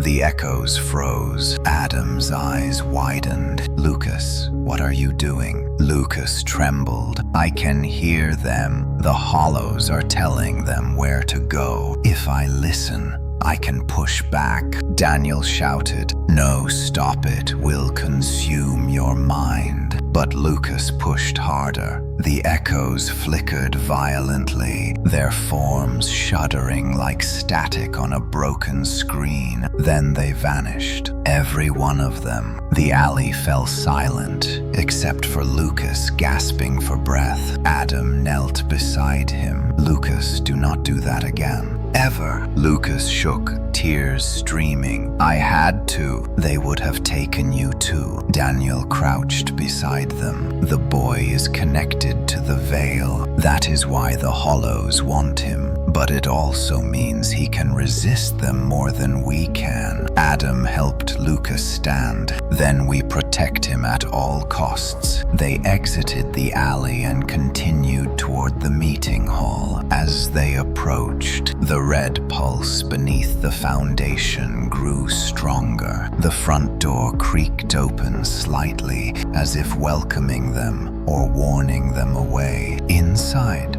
dust floated thick in the air. Wooden chairs lay overturned. Old photographs of town founders hung crookedly on the walls. The room smelled of old paper and earth. Daniel pointed to the center. "The hatch is under there." A thick rug covered the wooden floor. Adam yanked it aside, revealing a circular iron hatch engraved with faded symbols. Some matched the carving patterns on the well. Lucas whispered, "It is sealed but weak." Adam knelt and gripped the hatch wheel. It creaked loudly as he turned it until it popped open with a rush of stale air. Darkness filled the shaft below. Daniel lit a fresh lantern. "Here, I will go first." He descended the ladder. Then Adam followed with Lucas. The shaft led into a stone chamber much older than the building above. The walls were carved with spirals and strange runes. In the center of the chamber stood a pedestal of white stone, cracked and glowing faintly. Lucas inhaled sharply. The anchor. Adam approached the pedestal. It pulsed gently with light that warmed his palms. Atop it sat a crystal sphere split by a jagged crack, its interior swirling faintly with blue mist. Daniel frowned. The settlers must have placed it here to bind the veil, but it is breaking like everything else. Lucas stepped closer. If this anchor breaks, the hollows will merge completely. The sky will open. The earth will open. Everyone who ever lived here will be taken. Adam asked, "Can we repair it?" Lucas shook his head. "We cannot repair it, but we can break the link." Daniel blinked. "Break it? How without releasing everything?" Lucas touched the cracked sphere gently. "Because I am part of the veil now, I can direct where it breaks." Adam grabbed his shoulders. "Absolutely not. You are a child. You cannot handle that force." Lucas looked up with eyes far older than his years. "If I do not, the hollows will take everyone, and they will take you." Adam struggled to breathe. "Lucas." Before he could protest, the ground cracked beneath them. A shadow erupted from below, swirling around the pedestal like smoke rising from a burning world. The hollow below, the stone chamber buckled as the shadow expanded, filling the room with darkness. The lantern flickered violently. Daniel shouted, "It is coming through the anchor." Lucas placed both hands on the sphere. Light burst outward. The shadow recoiled. Adam reached for Lucas, but the boy shook his head fiercely. "I can hold it for a moment, but you need to strike the pedestal. Break it completely." Daniel stepped forward. "If we break it, the anchor loses control. The veil will burst." Lucas screamed, "Yes,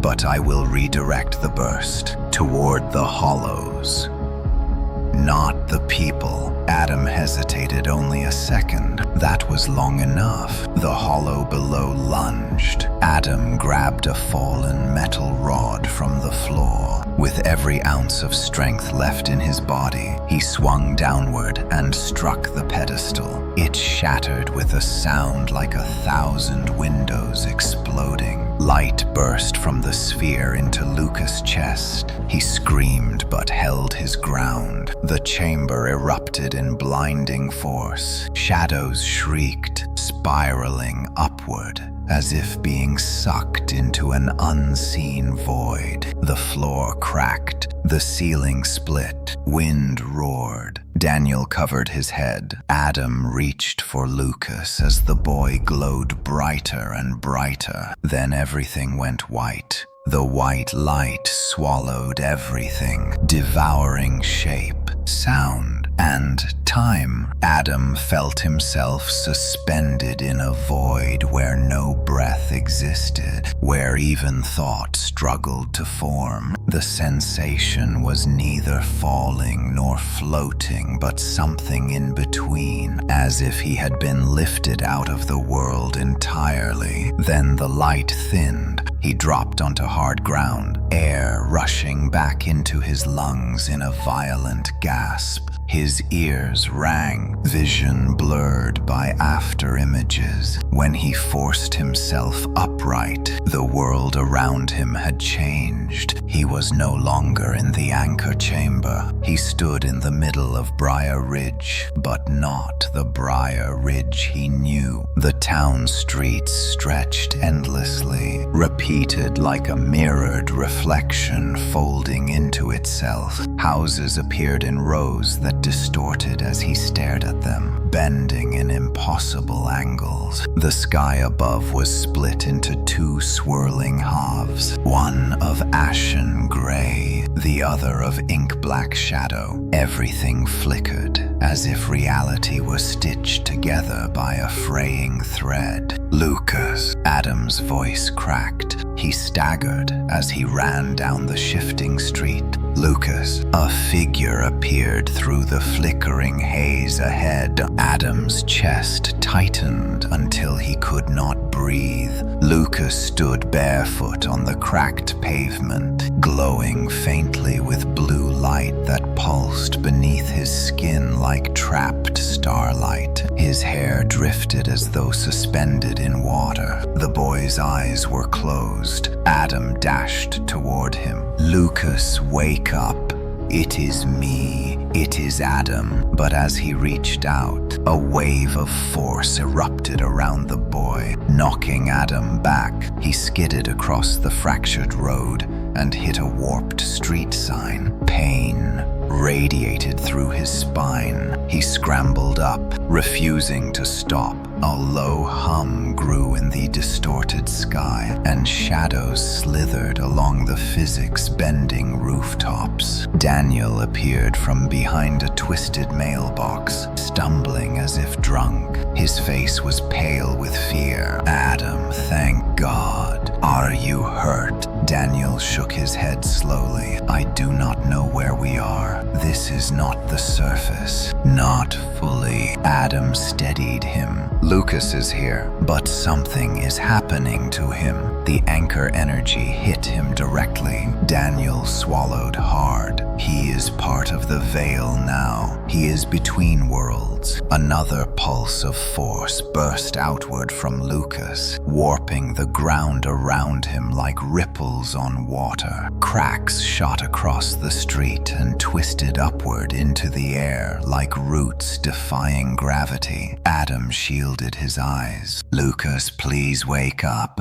Come back to me." Lucas' eyelids trembled at the sound of his voice. Then they opened. His pupils glowed white. Adam stepped back involuntarily. Lucas looked at him, but it was not entirely the boy's gaze. Something else looked through him. Something ancient. Something that had waited too long. Daniel whispered, "He has become the conduit. The hollows are using him to rebuild a doorway." Lucas lifted a hand slowly. Above him, the sky split with a tearing sound. A jagged wound of darkness spread, widening with every breath he took. Tendrils of shadow seeped from the tear, reaching downward like skeletal fingers. Adam stepped forward. "Lucas, stop, you are hurting yourself." Lucas' voice came out layered, two tones speaking at once. "I am not doing this. They are using me. They are still here. Both of them, the hollow above and hollow below." Daniel grabbed Adam's arm. "We must break their hold before that doorway opens completely." Adam stared at the sky. "And how do we do that?" The ground beneath Lucas cracked again. This time, a massive fissure exploded open, revealing a swirling vortex of black mist. A colossal shadow rose within it, a shape with no edges, no form, only depth that devoured light. The hollow below had found him. Lucas screamed as dark tendrils wrapped around his feet, pulling him downward. Adam ran. Lucas stretched an arm toward him, face contorted in agony. Adam reached for him, but a barrier of shimmering light blocked his hand again. Daniel shouted. The anchor burst created a shield around him. Only veil-bound energy can touch him. Adam turned. "How do we break through it?" Daniel stared at him with widening eyes. "You must resonate with him." Adam blinked. "What?" Lucas' voice echoed from the vortex. "Adam, hurry. It is breaking me." Daniel took a step back. "Adam, the veil tried to take you twice. You resisted both times. You carry a trace of its energy inside you. If you reach him now, maybe the veil will respond to you. Maybe it will let you through. The ground shook violently. The sky tore further open. Lucas' body lifted several inches off the ground as the hollows pulled him in two directions at once. Adam swallowed hard. Then he ran. The moment he touched the glowing barrier around Lucas, the world shattered. A second layer of reality peeled back like paper. He found himself standing in a dark forest. A memory. His memory. Lucas stood at the lake's edge at age 6, crying softly because Adam had yelled at him for wandering too far. The sky was calm, the water still. The hollow above lurked unseen, waiting for another night. Adam realized the veil was forcing him to face every moment he had failed his brother, every moment he had been too frightened or too distant. Another scene unfolded. Adam lying in bed during the storm that took their father. Lucas calling for him. Adam too scared to move, too scared to open his bedroom door. Another moment. Lucas drowning in the river years ago. Adam paralyzed again. Reaching too late. Adam dropped to his knees. "Stop! Please, this is not real." A voice whispered from the trees. "Not real, but true." Adam shouted, "I will not lose him again." The forest dissolved in a burst of blue light. Adam stumbled through the fading memory and snapped back into the broken version of Briar Ridge. Lucas still hung in the air, suspended between the hollows. Adam pressed both hands against the barrier again. This time, it accepted him. His hands passed through the light. He grasped Lucas' wrists. The boy's glowing eyes widened. "Adam!" Adam pulled with all his strength. "You are not theirs. You are mine. My brother. Come back." The hollows roared simultaneously. Darkness erupted from both the sky and the fissure below, swirling violently around the two boys. Daniel shielded himself behind a shattered mailbox. "Adam, do it now, pull him free." Adam pulled harder. The barrier resisted. The hollows shrieked. The sky twisted into a black maw. The ground collapsed into a spiraling void. Adam screamed through clenched teeth. "Lucas, please, I am here. I am not leaving you again." Lucas' body flickered between boy and silhouette, between human and veil-bound form. Then his eyes softened. He whispered, "Take me home." A shockwave tore through the street. The barrier shattered like glass. Lucas collapsed into Adam's arms. The swirling voids above and below flickered violently, their forms destabilizing without their conduit. The cracks in the sky shrank. The fissure in the earth sealed. The shadows recoiled in pain. Daniel ran to them. "Adam, is he breathing?" Adam cradled Lucas close. The boy stirred weakly and whispered, "They are not gone, just hurt. They will come again." Adam exhaled shakily. "Then we will be ready." The distortion of the world around them began to fade. The twisted houses straightened. The sky stitched itself back into one whole color. The street repaired itself as if time rewound. Briar Ridge slowly reassembled into the world they remembered. But not completely. Some shadows still lingered where they did not belong. Some cracks in the pavement pulsed faintly with blue light. And far, far beneath the earth, something still beat slowly. Waiting, Adam lifted Lucas in his arms. Daniel looked toward the skyline as the last remnants of the distorted world dissolved. he said quietly. This was not victory, this was survival. Adam nodded. Then let us survive again, and make sure everyone else does too. Behind them, faint whispers drifted through the night air. Not yet done, never done. The restored version of Briar Ridge looked almost normal under the pale night sky. The houses stood upright again. The streets remained still, and the sky above no longer pulsed with fractured colors. But Adam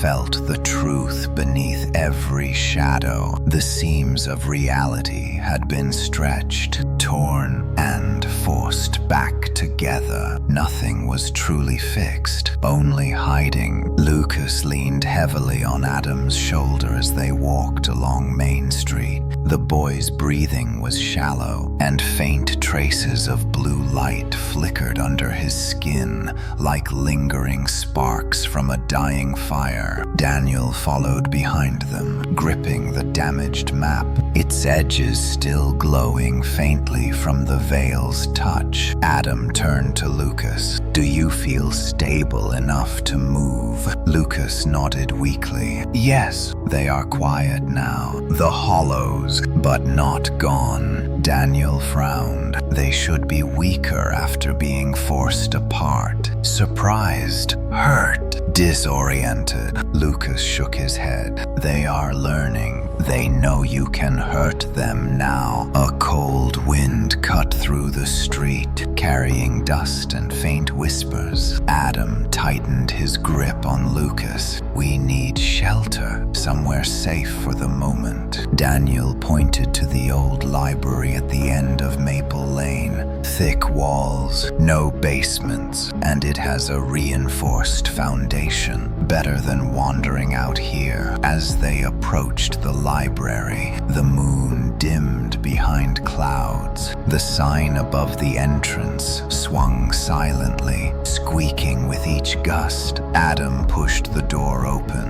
and stale, warm air drifted out. They stepped inside. Rows of bookshelves towered over them, casting long shadows onto the wooden floor. Dust motes floated in thin beams of moonlight. The building felt untouched by the distortions outside. Lucas whispered, there are memories here, old ones, but nothing alive. Adam helped him sit in one of the reading chairs. Daniel set the lantern on a table and unrolled the map again. New marks had appeared, small pulses of blue where the veil remained thin, like pressure points of the world's wounded surface. Adam glanced around the empty library. What do these marks mean? Daniel tapped one near the edge of town. Each one is a weakened point where either hollow might attempt to break through again. We can reinforce them, but only if we know how. Lucas stirred. Not reinforce. Redirect. Daniel looked confused. Redirect what? Lucas closed his eyes. The hollows will target these weak points, but if we channel those connections into one place, we can control where they strike next. Adam stiffened. You mean force them to manifest somewhere we choose? Lucas nodded slowly. Yes, choose the battlefield. Do not let them choose it. Daniel raised his eyebrows. That is risky. If we miscalculate, we bring them directly into the heart of town. Adam leaned forward. Where would we direct them? Lucas hesitated before pointing to the center of the map. The lake. Adam froze. Hollow Lake. It had always been avoided by locals, ever since the night their father vanished in a storm near its edge. Daniel grimaced. Of course, the lake is the oldest veil point, older than the settlement. It is where the first disappearance happened. Lucas nodded. If we force the hollows to appear there, their energy will be unstable. The water disrupts the veil. They won't be at full strength. Adam clenched his fists. Then that's where we will end this. But before they could stand, a soft creaking echoed from the far corner of the library. Adam's muscles tightened. Daniel lifted the lantern, casting light across the shelves. Shadows stretched like elongated claws across the walls. Lucas whispered. Something followed us. A silhouette slid between the bookshelves. It moved slowly, almost gliding. Not human, not an echo. Daniel stepped back. No, that is one of the broken ones. The fragments left behind after the convergence failed. Adam's grip tightened around Lucas' arm. How many? The shadow twisted around the end of a shelf, its head bent unnaturally, its face flickering between blank smoothness and distorted features, as if it wore stolen fragments of people like masks. Lucas breathed sharply. They are here to take me. Adam stood between the creature and the boy. Not happening. The creature lunged with impossible speed. Adam shoved Lucas aside, swinging a fallen chair leg against the shadow's body. The wood passed through it like hitting smoke, yet the creature recoiled, claws scraping loudly across the floor. Daniel grabbed a metal lamp from a table and hurled it. The lamp struck the creature, and for a moment, its body bent inward like collapsing static. It reformed with a shriek that cracked the air. Lucas pushed himself to his feet, hands glowing faintly with blue energy that pulsed in a rhythm not his own. Adam shouted, "Lucas, no, do not use that. Unless you..." But the creature lunged again. Lucas thrust both hands forward. A burst of blue light exploded from his palms, striking the creature square in the chest. The shadow collapsed violently, dissolving into drifting wisps that evaporated like smoke under sunlight. Lucas dropped to his knees. Gasping, Adam rushed to him. "You cannot keep using that power. It is hurting you." Lucas shook his head. "If I do not use it, it will hurt you instead." Daniel walked toward the fading wisps. "That thing was a scout. The hollows know you broke the convergence. They are searching for you faster now." Another whisper slid across the floor. Adam spun. A second shadow peeled itself out of the wall, its movements jerky and predatory. Daniel shouted, "Move!"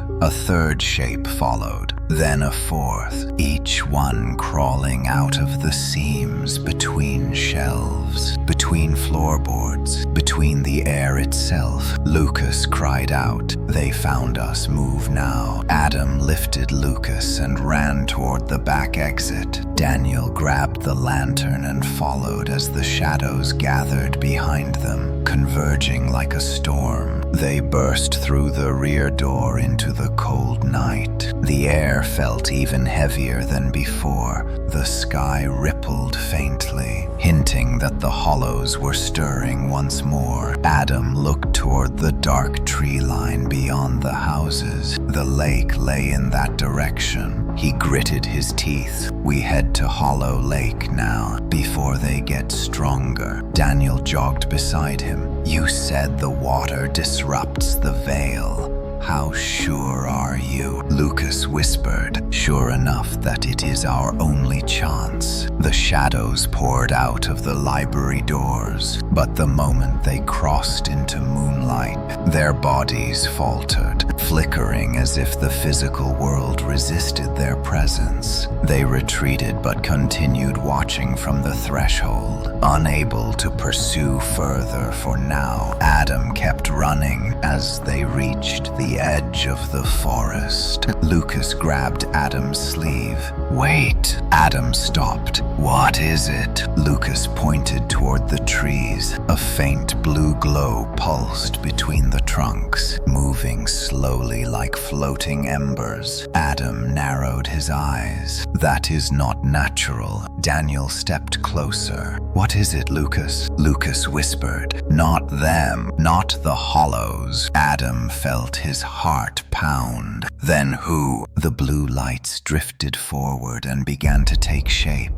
Figures, dozens of them. Men, women, children. Faces Adam recognized. Faces the hollows had taken. They shimmered like reflections on water, their eyes soft but sorrowful. Not echoes, not creatures, something else. Lucas stepped closer, tears filling his eyes. They are the ones who were taken, the ones the hollows consumed. They are stuck between worlds. Adam reached toward them, but his hand passed through their bodies like mist. Daniel whispered, "Why are they appearing now?" Lucas pointed at the sky. "Because the veil is breaking again, but not in the same way. They are not here to hurt us." Adam asked softly, "Then why are they here?" Lucas lowered his voice. "To warn us." The figures raised their hands in unison, pointing toward the lake. The wind shifted. A ripple shuddered across the entire forest, and amid the trees, something enormous moved. Something rising, something waking. Adam turned to Daniel and Lucas. "We go now." Behind them, the spirits whispered in unison. "Before it reaches the water." The forest groaned,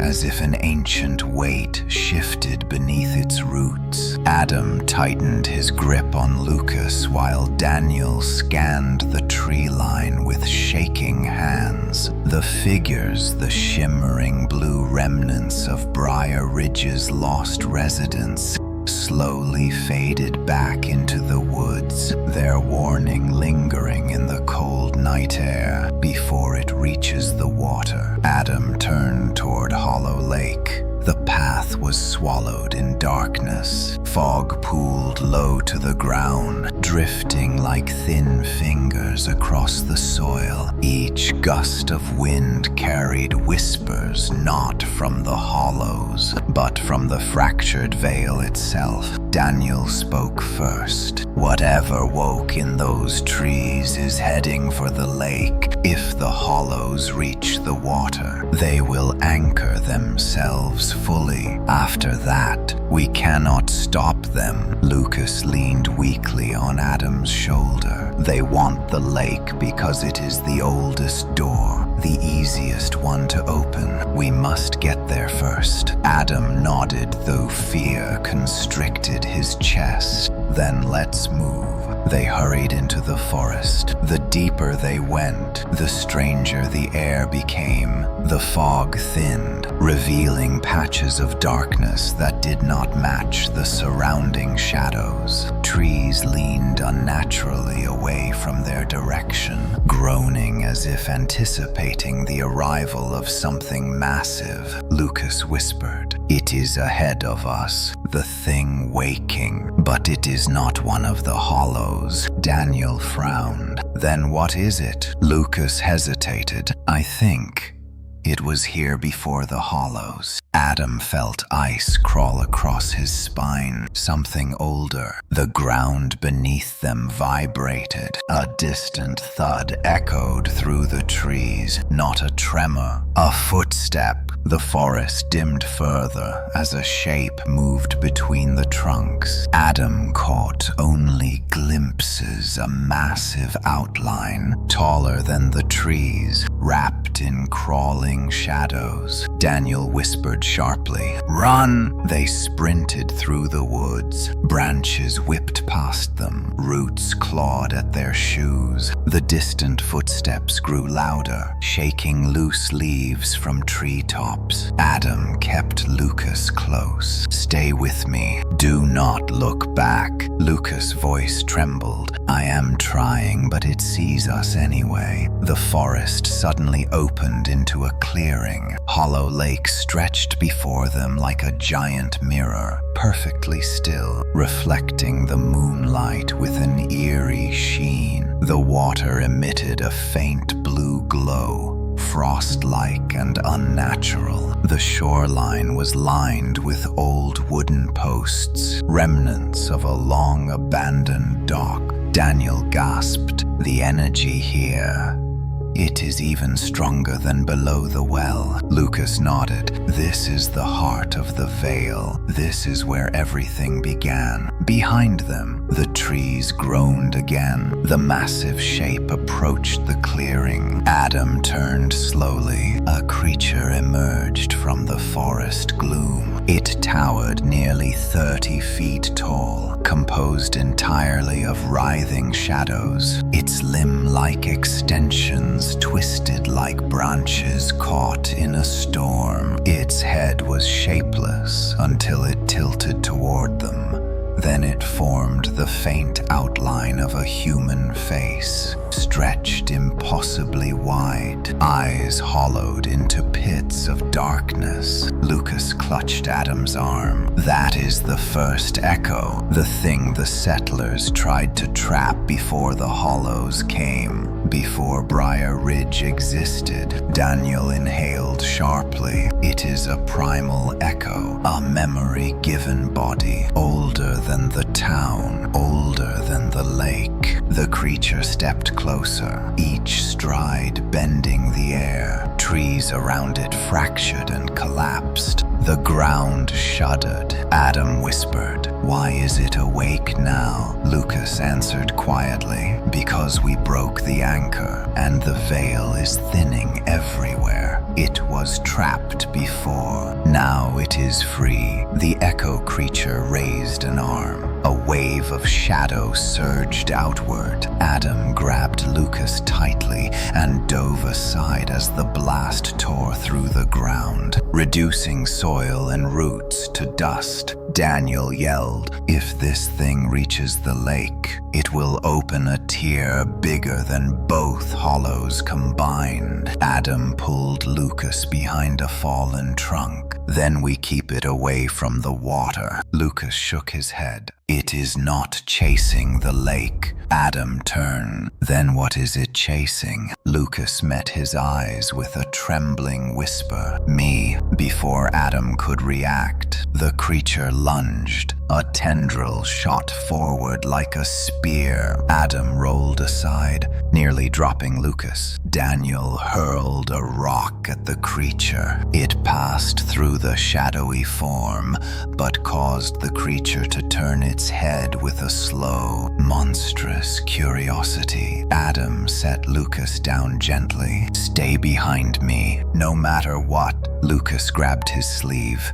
"You cannot fight it alone." Adam hardened his gaze. "I am not fighting it. I am distracting it." He ran straight toward the creature. Daniel shouted, "Adam, no." But the creature focused on him instantly. Its shadow tendrils lashed against the ground, chasing him as he darted across the clearing. He jumped over fallen branches and ducked behind trees as tendrils stabbed the earth inches from his feet. He shouted toward Lucas, "Move to the lake edge, go." Daniel grabbed Lucas and pulled him toward the water. Lucas resisted. "Adam!" Adam kept yelling, "Keep running, I will be fine." He would not be. He knew that. But he needed to stall the creature. Another tendril lashed forward, catching Adam's leg. He hit the ground hard, rolling through dirt and stones. Pain pain shot up his spine. The creature loomed over him, its face twisted into a mangled version of a human expression. Curiosity mixed with hunger. Adam struggled to crawl backward. A scream tore through the clearing. Lucas stood beside the lake, both hands glowing bright blue, energy rippling around him like a wave of heat. Adam shouted, "No, Lucas, stop." Lucas' voice rose, layered and echoing. "I am the conduit. You want me, then come to me." The echo creature turned sharply. It roared. The forest bent away from the sound. The creature lunged toward Lucas. Adam forced himself to his feet. Lucas ran, but Lucas did not move. He stood firm, palms glowing, energy swirling into the lake water. The water responded instantly, glowing brighter than before, rising in vibrating ripples. Daniel shouted, "Lucas, what are you doing?" Lucas' eyes were full of tears. "I am luring it into the lake. The water weakens the veil. It will weaken the echo too." Adam's heart stopped. "Lucas, you cannot handle that much energy." Lucas whispered, "I can if you stand with me." Adam ran. He reached Lucas just as the creature reached them. The echo creature plunged into the rising water, its massive form shrieking as the lake consumed its shadowy limbs. The water boiled with light. The creature twisted violently, collapsing into itself. Lucas fell backward onto Adam's chest, trembling violently as the blue glow flickered under his skin. Daniel ran toward them. Did it work? The lake calmed. The creature's shriek faded. Adam lifted Lucas gently. The boy's eyes fluttered open. "It is weakened, but not gone." Daniel stared at the lake. "Then we still need to end this." Adam nodded slowly. "But first we need to get Lucas away from here." Lucas shook his head weakly. "I cannot leave. The water has connected to me. I can feel the hollows gathering on the other side. They are coming here. Both of them." Adam felt cold settle in his bones. The final convergence. Lucas whispered, "The lake will be the battlefield. They will break through any moment." Daniel exhaled shakily. "Then what do we do?" Lucas met Adam's eyes with a mixture of fear and trust. "We prepare. We stand here when the sky opens, when the earth cracks, when the hollows reach for the lake." Adam held Lucas close. "Then we stand together." The lake rippled once more. A whisper spread across the clearing. "They are coming." The surface of Hollow Lake shimmered with an unnatural glow, spreading across the water like veins of living moonlight. Adam held Lucas close, while Daniel paced along the shoreline, gripping the lantern so tightly his knuckles had gone white. The air had changed again, thicker, heavier, vibrating with an energy that made every breath feel like swallowing electricity. Lucas stared across the lake, his eyes reflecting the rippling blue light. "They are opening doors, more than one. I can feel them everywhere. Above us, beneath us, around the lake." Adam steadied him. "Are the hollows coming together?" Lucas shook his head. "No, they are coming apart, splitting into fragments, searching for any point to break through." Daniel stopped pacing. "That means they are desperate. The lake weakened them." Lucas swallowed hard, or it made them angry. A low hum rolled across the clearing, spreading over the lake in concentric rings of energy. The trees bent inward as though pulled toward the water. The clouds above began to twist into spirals, their edges glowing faintly. Adam could sense the veil thinning with every passing second. They did not have long. Daniel opened the damaged map again, laying it on a fallen log. New cracks spread across the parchment, and ink bled into unfamiliar shapes. The weak points are shifting. Some of these marks weren't here before. Lucas knelt beside him, running a trembling hand across the map. They are rewriting themselves. Because the hollows are rewriting the veil, they are looking for the easiest place to come through. Adam exhaled. And that place is here. Lucas nodded. The water is the only place thin enough for them to merge. The well below only weakened them. The lake is the last doorway. A violent tremor rocked the ground, nearly knocking them off their feet. The lake bulged upward, as if something enormous moved beneath its surface. Ripples radiated outward. The light intensified, turning from soft blue to harsh white. Daniel shouted, "They are rising again." The lake split open. A column of water erupted skyward like a geyser, spiraling into the air. Tendrils of mist curled around it, twisting into shapes, faces, hands, screams forming from vapor. Adam shielded Lucas as the column bent backward like a living serpent, slamming into the water with a roar that shook the shoreline. The sky cracked. Adam looked up in horror. A dark rift tore across the clouds, widening with each pulse. Lightning-like veins spread from its edges, flickering in unnatural patterns. Lucas grabbed Adam's sleeve. "That is the hollow above. It is breaking through." Daniel pointed toward the lake, and the hollow below is rising from under us. They are trying to converge again right here. Adam held Lucas by the arms. "Tell me what to do." Lucas's voice trembled. "We need to redirect the second convergence, make them collide with each other before they merge into one doorway." Daniel stared, but how the hollows are too strong now. Lucas lifted his palms, faint blue light pulsing beneath his skin. "I can pull them closer to each other, but I need an anchor, something real, something stable that the veil responds to." Adam's pulse hammered. "What does that mean?" Lucas stepped toward the edge of the lake. "It means someone must stand between them and hold the connection.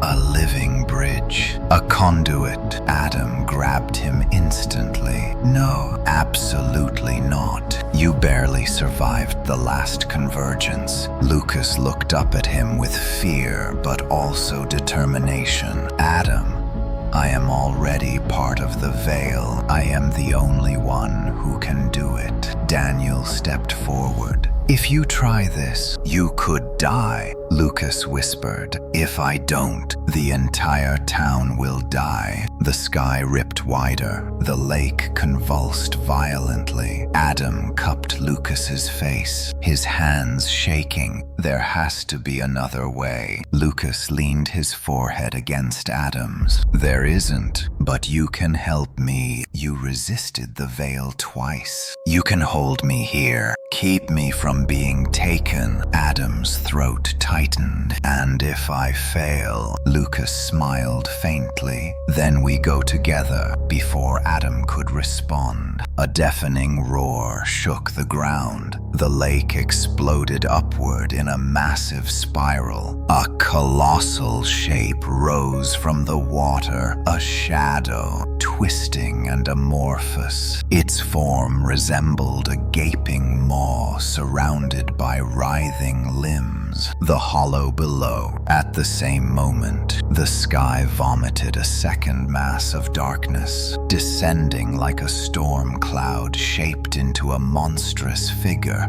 The hollow above. Both hollows shrieked with a sound that tore at the earth, at the trees, at the sky itself. Adam tightened his grip on Lucas. "What now?" Lucas whispered. "We make them see each other." He stepped forward, pulling away from Adam, but Adam grabbed his hand and held on. "No, we do this together." Lucas nodded, tears filling his glowing eyes. The boy lifted his free hand toward the lake. Blue energy erupted from his palm, arcing across the water like lightning. The blast struck the hollow below, forcing it to twist toward the sky. The creature roared and coiled upward. Then Lucas raised his other hand toward the rift in the sky. A second bolt of blue energy shot upward, striking the hollow above directly in its shadowed core. The sky monster reeled backward, its shape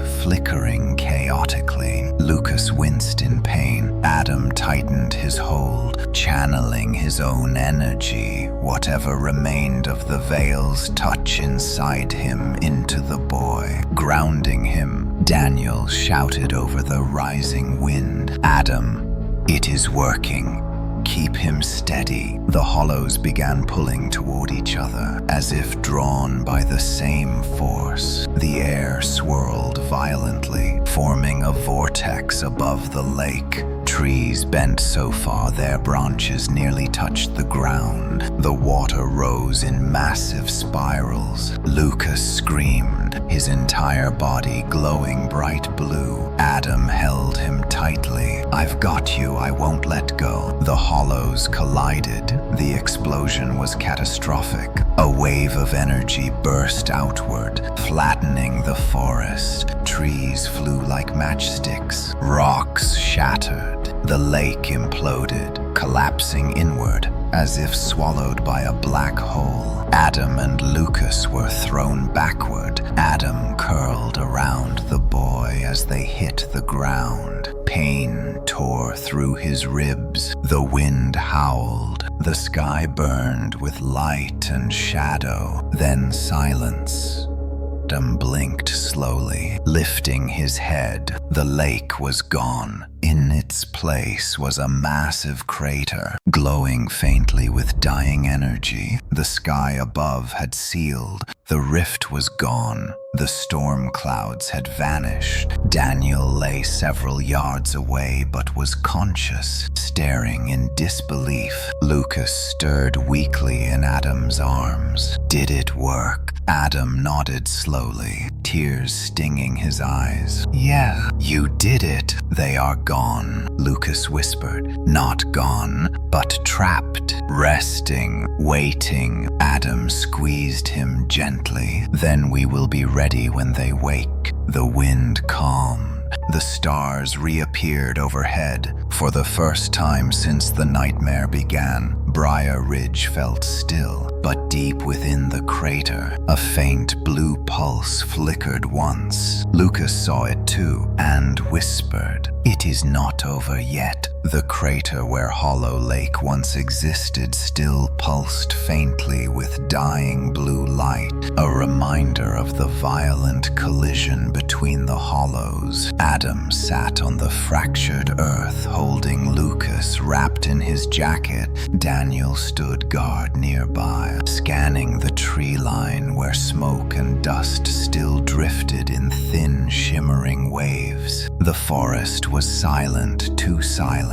The unnatural quiet pressed against their ears like an invisible weight. Lucas's breathing was shallow. Each inhale drew faint ripples of blue across his skin, flickering like dying embers. Adam watched him with growing fear. Daniel crouched beside them. He is alive, but the veil's energy is still inside him. That blast must have torn through every part of his body. Lucas opened his eyes weakly. The blast did not hurt me. It changed me. The hollows touched everything connected to the veil, including me. Adam shook his head. You are not one of them. You are my brother. Lucas placed his trembling hand on Adam's wrist. I know, but they marked me. I can feel what they feel, hear what they hear, even now. Daniel stiffened. Are they awake? Lucas gazed into the glowing crater. No, they are trapped, but sleeping things dream, and their dreams are not quiet. A chill ran through Adam's body. He looked at the crater where thin strands of mist curled upward. The sky above had returned to normal, but the air tasted metallic, alive. Lucas struggled to sit upright. We have only a little time. Daniel frowned. Time for what? Lucas whispered. They are not the only things the veil held. Before Adam could ask, the ground tremored again just once, but sharply. Daniel rose to his feet. Another hollow. Lucas shook his head slowly. Something older, something beneath the veil, but not part of it. Something the settlers buried because they could not destroy it. Adam forced himself to stand. We already fought creatures older than the town. What could be worse than the primal echo? Lucas hesitated. The primal echo was a memory made real, but this is something that was real from the beginning, something that fed on the veil long before the hollows even arrived. The earth cracked again. A thin red glow seeped from the fissures. Daniel stepped back. That is not veil energy. That is something else. Lucas's voice trembled. It is the root, the first anchor, the reason the veil formed around the lake. The hollows did not create the doorway. They used it. Something else built the doorway first. Adam stared at him. And what exactly did it open into? Lucas met his eyes silently. The ground erupted. The earth split apart in a violent explosion, sending soil and rock into the air. Adam shielded Lucas instinctively. Daniel dove behind a fallen tree trunk. A massive shadow rose from the crater, larger than the primal echo, taller than the tallest pines, shaped not like a creature but like a twisting mass of roots, tendrils, and shifting bones. Its form shimmered between wood and flesh, stone and shadow. Its head,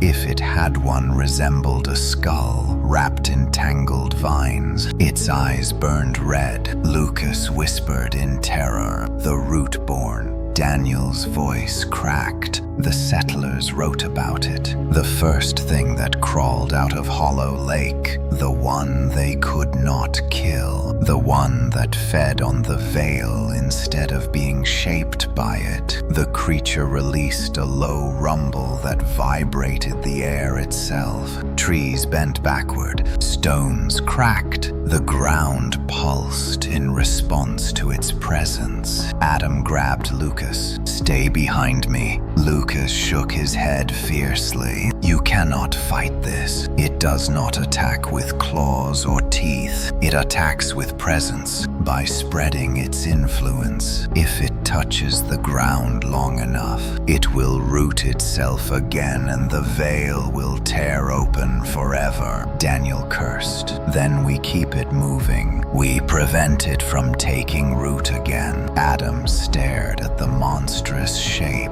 as it lifted massive tendrils, preparing to strike. Good. Then we do not let this thing stand still. The creature roared and swung a tendril. Adam dove aside, pulling Lucas with him. The tendril carved a trench through the earth, sending debris flying. Daniel sprinted to the opposite side of the clearing, waving his lantern. Over here.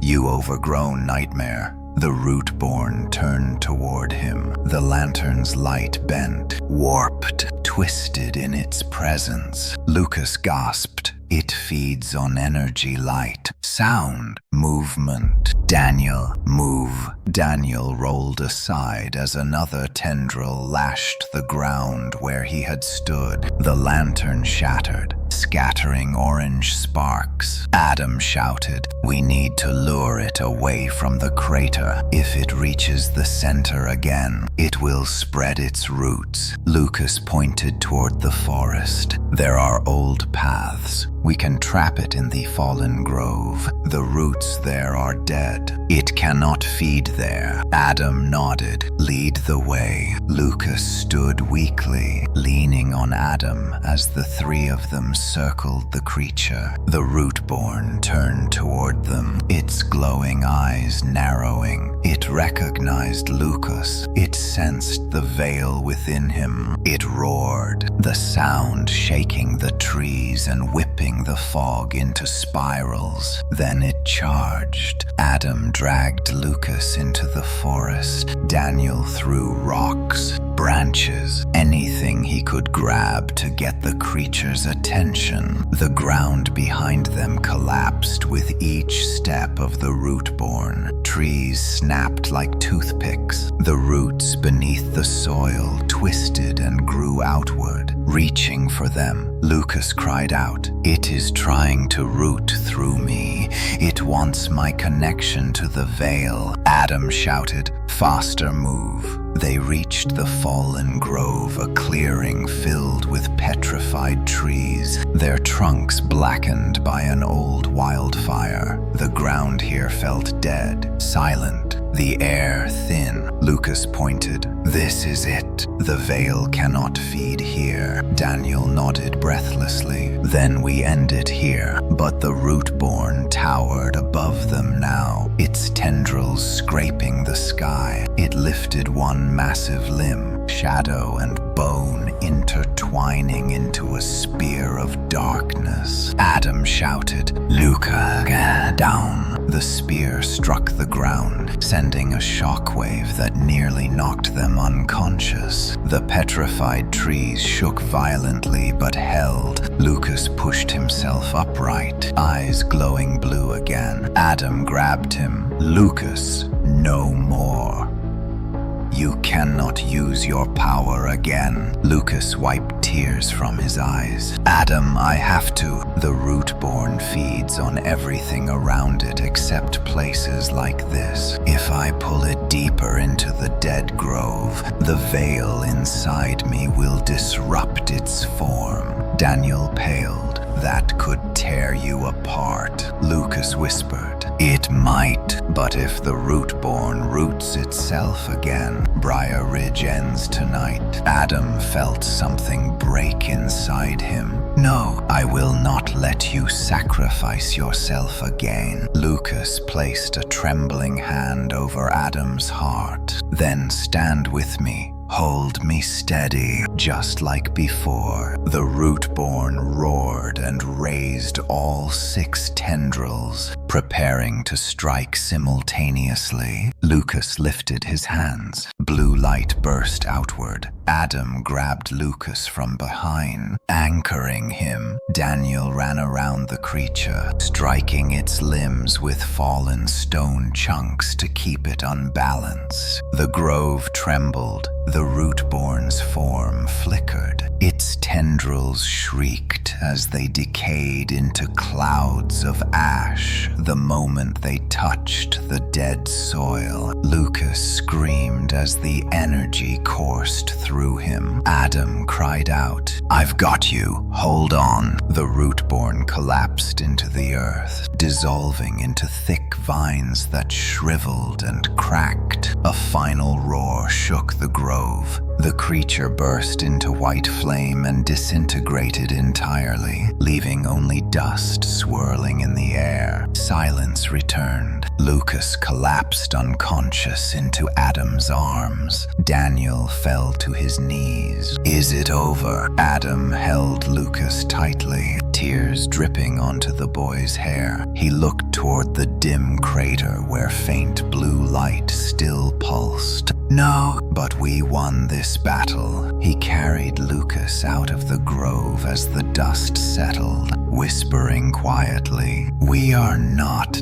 done, but we are still alive." Adam carried Lucas out of the fallen grove, each step heavy with exhaustion and fear. The boy's weight felt different now, lighter in body, but heavier in presence, as though the veil itself lingered inside him. Daniel followed close behind, glancing over his shoulder every few seconds, half expecting the root-born to reform out of the dust. But the grove was still, too still. Even the wind avoided the place, skirting around it as though the air refused to breathe on cursed ground. When they reached the first patch of living soil, Lucas shuddered violently and gasped for air. Adam sat down with him quickly. Lucas, talk to me." Lucas opened his eyes weakly. "I am here. It is just quieter now." Daniel knelt beside them, wiping sweat and grime from his forehead.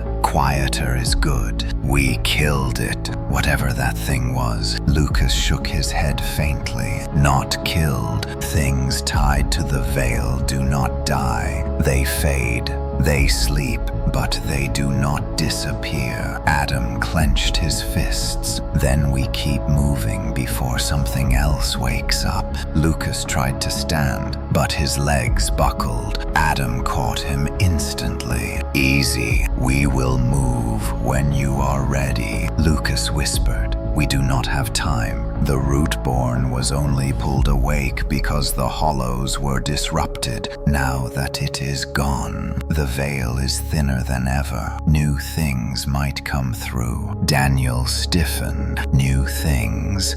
How many more creatures are we talking about here? Lucas stared into the shadows of the grove. "I do not know. The veil has existed longer than the hollows, longer than Briar Ridge, longer than any human history here. For centuries, things have pressed against it, tried to come through. Some succeeded, some were trapped, some became echoes." Adam felt the weight of the world press down on him. "And if the veil breaks completely," Lucas answered softly, "then everything comes through." The forest suddenly rustled around them. Adam shot to his feet, pulling Lucas behind him. Daniel gripped a broken branch like a club. Movement flickered between the trees, small, quick shapes darting from trunk to trunk. Not shadows, not echoes, something else. Lucas whispered, "They are not attacking. They are watching." Adam squinted as one of the shapes stepped into view. A child, translucent,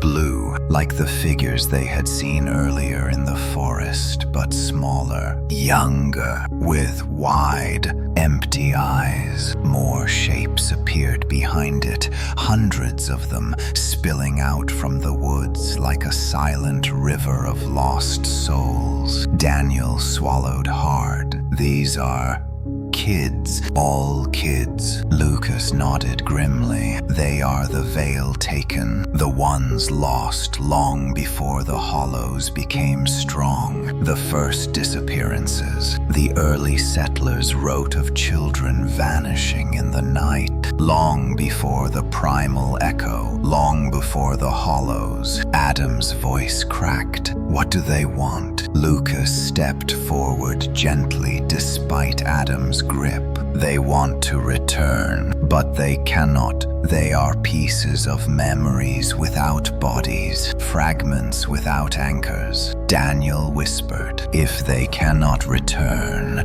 then why appear to us now?" Lucas's eyes widened slowly, because something is coming that threatens even them. A cold wind swept across the clearing, twisting leaves into spirals. The ghost children all turned their heads in unison toward the crater where Hollow Lake once existed. Adam followed their gaze. The crater was glowing again. No, not glowing, breathing. A rhythmic pulse of blue energy rose from its depths, shaking loose dust and pebbles. The air bent around it, warping like heat haze. Lucas grabbed Adam's jacket. "It is the veil. It is healing itself, but healing wrong." Daniel backed away. "Wrong?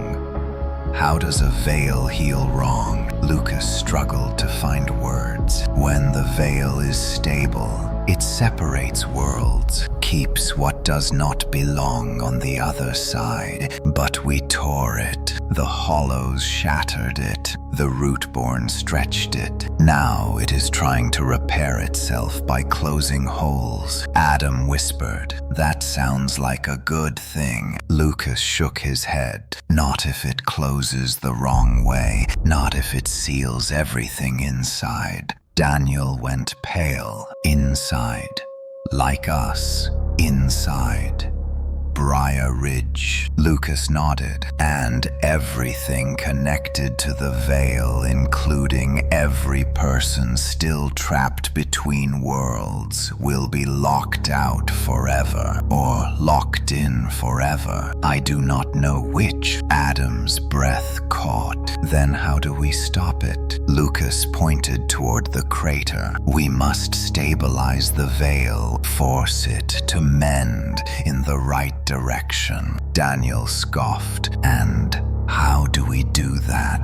"Grab a needle and thread." Lucas looked at Adam. "No, we need an anchor, and we already have one." Adam froze. "Lucas, no." Lucas placed a hand on his chest. "Adam, whatever residue of the veil clung to you, it is strong enough now. You resisted being taken by the hollows 3 times. You broke through the barrier around me. You hold a piece of the veil without being controlled by it." Daniel stepped forward. "That means the veil responds to him. He could direct the healing." Lucas nodded. "Yes." Adam stared at them both. "And what about you? You said you were part of it too." Lucas smiled sadly. "I am the conductor, but you are the anchor." Daniel looked between them. "So what do we actually do? Walk into the crater and ask the universe to behave itself?" Lucas steadied himself. "We walk into the crater, but only Adam goes to the center." Adam shook his head violently. "Absolutely not. You nearly died last time. I am not leaving you again." Lucas's voice cracked. "You will not lose me. I will stand at the rim, keeping the veil open. You go to the center, and when the energy rises, you push it outward instead of inward." Adam stared at him, heart pounding. "And what if I fail?" Lucas squeezed his hand. "Then the veil swallows everything, so do not fail." Before Adam could respond, the crater pulsed violently, sending a shockwave through the forest. The ghost children stepped back but did not flee. They watched, waiting. Daniel steadied the lantern. "The crater is waking something. We do not have much time." Adam lifted Lucas onto his feet. "You stay behind me. Always." Lucas smiled weakly. "Always." They approached the edge of the crater together. The ground dipped steeply, forming a massive bowl of cracked earth and glowing fissures. Energy twisted upward from the center like a spiraling storm of light and shadow. Daniel stared down with dread. "You really think you can control that?" Adam nodded once. "I have to." Lucas's eyes glowed faintly as he whispered, "The veil listens to emotion, to intent. That is why the hollows use fear, why the rootborn used hunger. But you can use something stronger." Adam asked quietly. "What?" Lucas answered. "You anchor with love." Adam looked at him, at the boy he raised more like a son than a brother, the only person he had left. Then he stepped into the crater. The moment his foot touched the glowing ground, energy surged around him. The crater's pulse matched his heartbeat. The veil recognized him. Lucas shouted from the rim. Adam, focus on pushing it outward, not in. The ground trembled violently. Adam spread his arms, letting the energy swirl around him. It burned. It froze. It screamed in forgotten languages. He felt the hollows in the distance stirring in their sleep. Daniel grabbed Lucas before he fell. "Lucas, what is happening?" Lucas gasped. "The veil is questioning him, testing him. It wants to know if it should close or open." Adam felt pressure crushing his chest. Memories of failure flooded his mind, letting Lucas wander alone, freezing during the storm, arriving too late at the river. "No," he forced the memories away. Lucas's voice echoed faintly. "You anchor with love." Adam dug deeper. He remembered holding Lucas as a newborn, teaching him to ride a bike, carrying him after nightmares, promising their dying mother he would protect him. The crater brightened. Energy rose like a tidal wave. Adam shouted, "Outward, go outward." Lucas screamed from the rim. "Adam, it is working. Keep going." The light surged. The crater filled with blinding white. The ghost children lifted their faces toward the sky. The veil exhaled. Then everything exploded in silence. Silence followed the explosion. A silence so total and absolute that Adam wondered if the world itself had stopped breathing. The white light receded slowly, dissolving into drifting embers that floated across the crater like dying stars. Adam lay on his back at the crater's center, chest heaving, every muscle trembling. He was alive, barely. He pushed himself upright, vision swimming. The air still buzzed faintly with residual energy, but the violent force of the veil's collapse had eased. He blinked through the haze. "Lucas!" Adam staggered to his feet. Fear gripped him like cold claws. He searched the crater rim desperately. Daniel was there, coughing in the dust. But Lucas, Adam's heart dropped until he saw a small figure lying motionless near a boulder. He ran, stumbling, sliding on loose earth. Lucas lay curled on his side, hands still faintly glowing. Adam knelt, lifting the boy gently. Lucas, talk to me, please." Lucas's eyes fluttered open. His voice was soft but present. "I am here.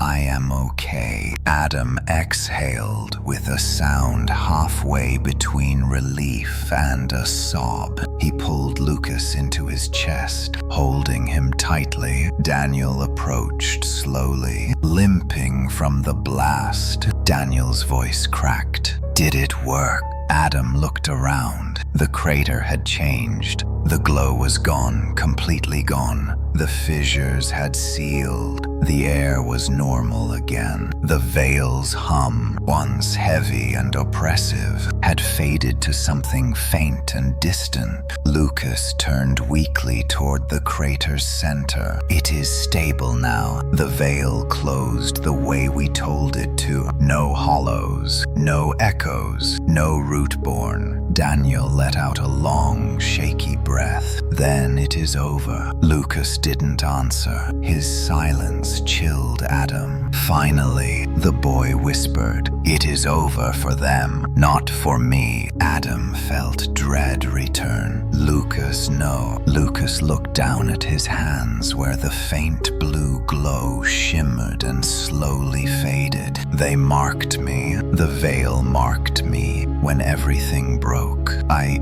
absorbed too much. I hear it even now. A whisper, not dangerous yet, but there. Daniel swallowed hard. Will it fade? Lucas closed his eyes. I do not know. Adam held him tighter. Whatever happens, you stay with me. I will not lose you. Not to the hollows, not to the veil, not to anything. Lucas nodded weakly, leaning into him. The warmth of the boy's small frame steadied Adam's shaking hands. Daniel looked toward the horizon. The night sky was returning to calm. No tears, no lightning, no shadows moving between clouds. Briar Ridge looked normal, or as normal as a town could look after nearly being devoured by forces older than humanity. We should get back to town, Daniel said quietly. Make sure nothing else broke through. And if there are survivors hiding,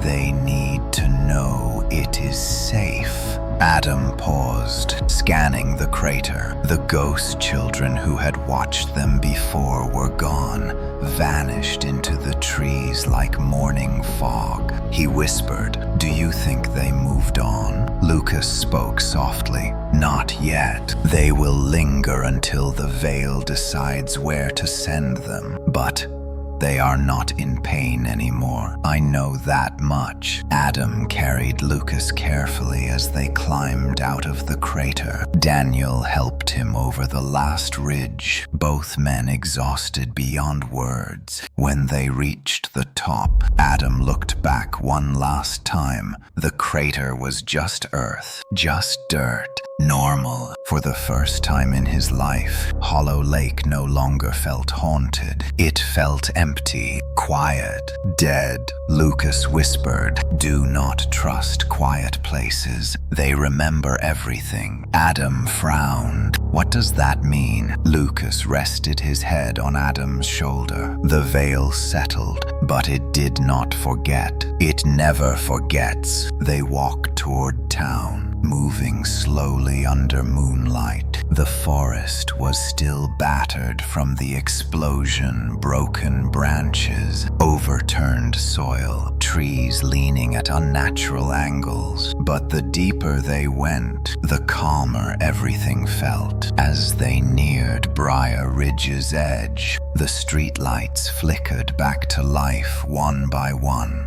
Daniel stared in disbelief. Power is returning. Adam narrowed his eyes. Or the veil is letting power return. When they stepped onto Maple Lane, Adam froze completely. Lights were turning on inside houses. Doors were opening. People were stepping outside. Dozens of them. Men, women, children alive, breathing, confused. Adam's grip on Lucas tightened. Daniel stared in shock. They are back. Are these the missing people? Lucas whispered. No, not the ones the hollows consumed. Those cannot return. These are the ones the veil swallowed halfway, the ones caught in between. It released them when it healed. A woman stumbled toward them, tears on her face. What happened? Why is it night again? Where is everyone? People wandered the streets, calling names, searching for loved ones. Some cried, some collapsed, others stared at the sky, unaware of how close they had been to vanishing completely. Lucas whispered, the veil gave them back, but only the ones it could still anchor to this world. Adam felt both relief and sorrow, for every person returned. Many would never reappear. Daniel ran to help a man who fainted in the street. Adam held Lucas close and whispered, "You saved them, all of them." Lucas looked around weakly, voice barely audible. Not all, but enough. As Adam carried him toward their house, Lucas suddenly grabbed his shirt, eyes wide. Adam stopped. "What is it?" Lucas pointed down the road. A man stood alone under the streetlight, tall, still, facing them. Adam narrowed his eyes. "Are you seeing this too?" Lucas nodded. "That man, he was not here before." Daniel walked up beside them. "Another survivor. Maybe he came out late." But his voice died because the man stepped directly into the light, and his shadow did not match him. His body cast a normal human silhouette, but his shadow slower, darker, turned its head toward them independently. Lucas whispered, "Adam." Adam took a step backward. "Lucas, get behind me." The man smiled in a way no human could. His arms bent slightly wrong, his shoulders shifted too smoothly, and his eyes empty, hollow. Daniel whispered in terror, "How did one of them survive?" The veil closed.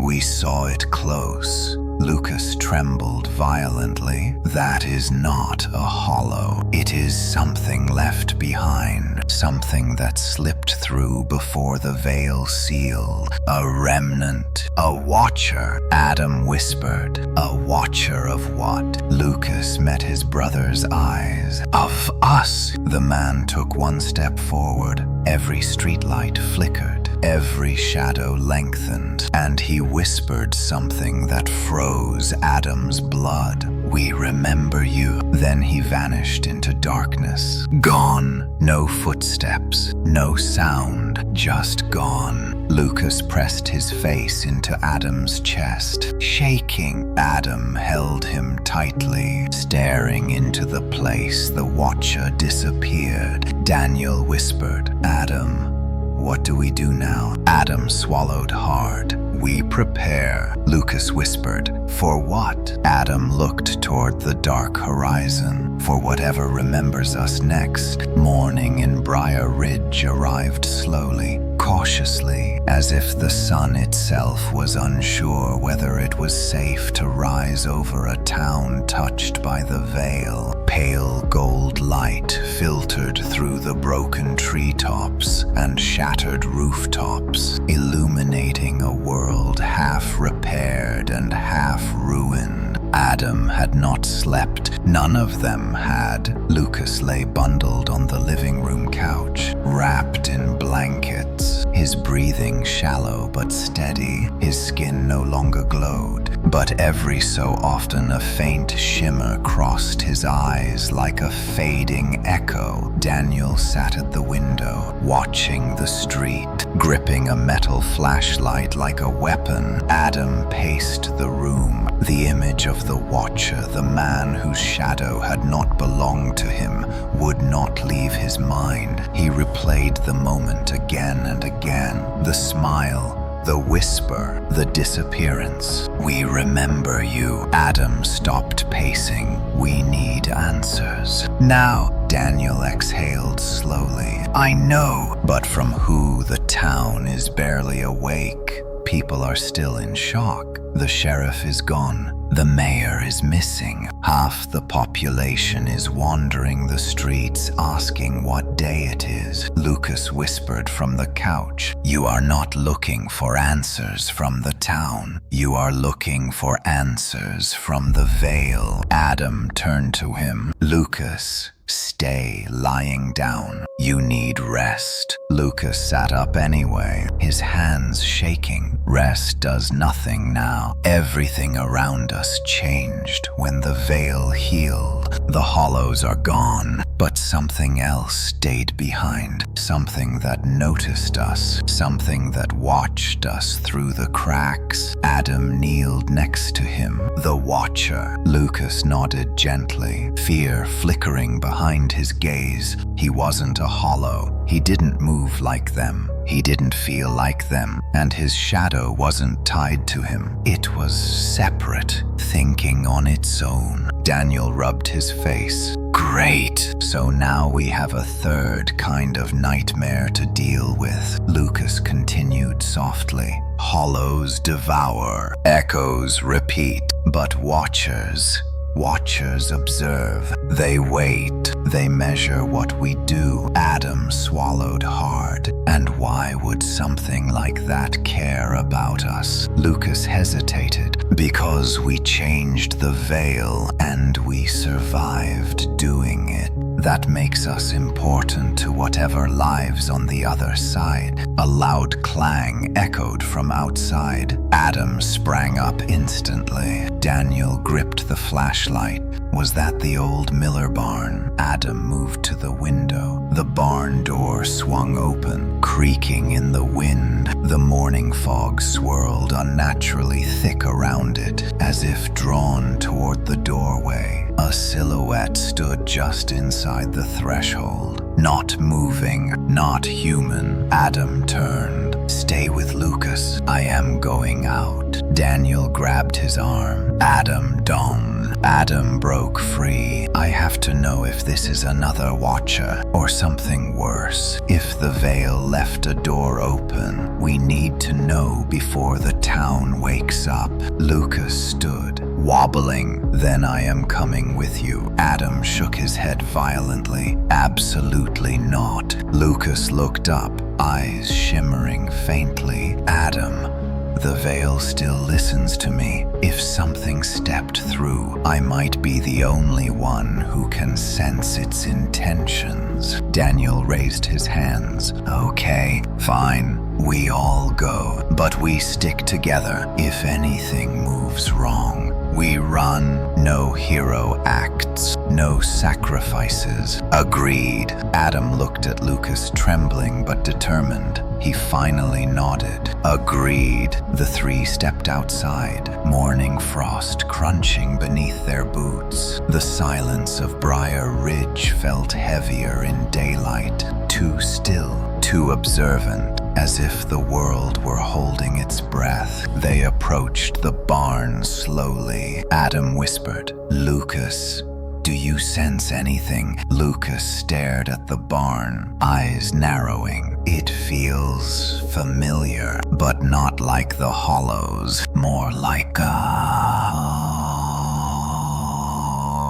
leftover piece of something." Daniel frowned. "Leftover from what?" Lucas swallowed. "From the veil tearing. When things slip through, not all of them are whole. Some break apart." Adam tightened his grip on the barn door handle. "Ready?" Daniel nodded. Lucas braced himself. Adam pushed the door open. The barn smelled of dust and old wood. Sunlight cut through gaps in the roof, casting long rays across piles of forgotten tools and hay bales. At first, the building looked empty. Then they saw it. A figure sat in the corner with its knees pulled to its chest. Its body flickered gently, as though made of smoke. Its eyes were wide, distant, unseeing. A child. Adam froze. "Is that?" Lucas stepped closer, studying the flickering form. "It is not real. It is a half memory.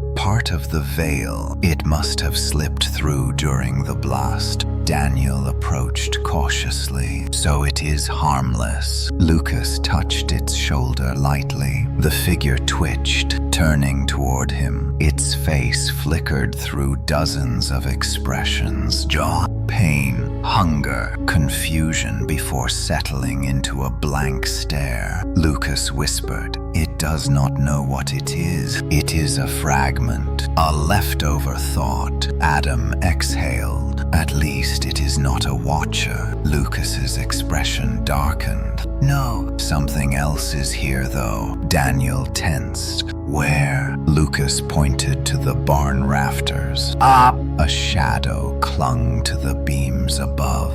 Not large, not human-shaped. Thin, stretched, crawling slowly like ink spilling across wood. Adam whispered, "Is that alive?" Lucas nodded. "It is another remnant, but this one has shape, intent. It is learning to be solid." The shadow twitched, peeling itself from the rafters. It slid down a beam, its movements unnatural and jerky. As it hit the ground, a faint tremor shook the barn. Daniel held up the flashlight. "Do not move."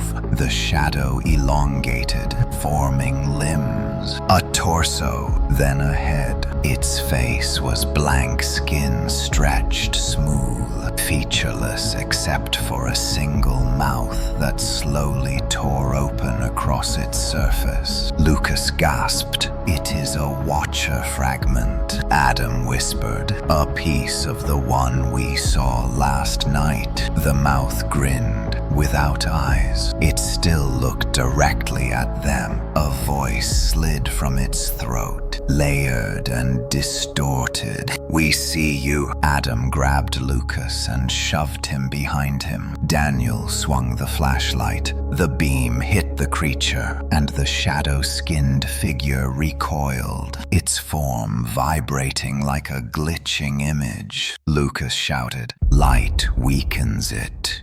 Keep the beam steady." Daniel held the flashlight toward it, but the creature twisted and elongated, slipping behind a support beam. Adam dragged Lucas toward the barn door. "We need to get out." The creature dropped from above, landing in front of the exit. Its neck elongated unnaturally as its mouth stretched wider. Lucas cried out as the featureless face leaned inches from him. Adam jumped between them. "Leave him alone." The creature hissed. "Not him. You." Adam felt cold grip his spine. Daniel shouted. "Lucas, hit it. Use the veil." Lucas shook his head. "I cannot. It is not a hollow. It will only feed on veil energy." The creature lunged. Adam grabbed a metal rake from the wall and swung it with all his strength. The tine passed through the creature harmlessly, but the impact disrupted its form. The shadow rippled, glitching as though reality rejected it for a moment. Daniel fired the flashlight again. The beam tore holes through the creature's shape. Lucas shouted, "Adam, break the rafters. Bring in the sunlight." Adam looked up. Sunlight streamed through a thin gap in the roof. He grabbed a loose support beam and pulled with everything he had. The wood cracked, groaned. The creature lunged again. Adam roared and yanked harder. The rafters collapsed. A flood of sunlight burst through the roof, striking the shadow creature directly. It shrieked and twisted violently, its form collapsing into smoke, then into dust, then gone. Silence returned to the barn. Daniel sank to the floor. That was not a hollow. That felt worse. Lucas whispered, "It was a watcher fragment. A scout. The real watcher sent it to see what we are." to see what we can do. Adam's heartbeat thundered in his chest. Why us? Lucas stared into the shaft of sunlight. Because the veil changed, and we changed it, and now the Watchers are learning us. Adam approached the flickering child form, still sitting quietly in the corner. The remnant stared blankly, unaware of the battle. Lucas placed a hand on Adam's shoulder. Leave it. It is harmless, and it will fade when the veil settles. Daniel rubbed his temples. Does that mean no more creatures? No more Watchers, no more nightmares. Lucas looked toward the forest. No, it means the Watchers now know this world can touch them. Adam felt cold spread through his chest. What does that mean for Briar Ridge? Lucas answered softly. It means they will come back. Dawn settled unevenly over Briar Ridge, spilling thin rays of sunlight through lingering fog that clung to the streets like breath from something still alive beneath the surface. The town was quieter than it had ever been. Survivors wandered cautiously, speaking in hushed tones, as if afraid the veil itself might overhear their fear. Adam, Lucas, and Daniel returned to the house exhausted, shaken, and still unsure what the Watchers truly wanted. Lucas sat at the kitchen table wrapped in a blanket, a mug of warm tea between trembling hands. His face was pale, shadows beneath his eyes deep enough to suggest he had not slept in days. Adam watched him closely. The boy seemed smaller somehow, yet the presence around him felt larger, an invisible weight pressing against the air. Daniel leaned against the counter, trying to sound steady but failing. The Watcher fragment.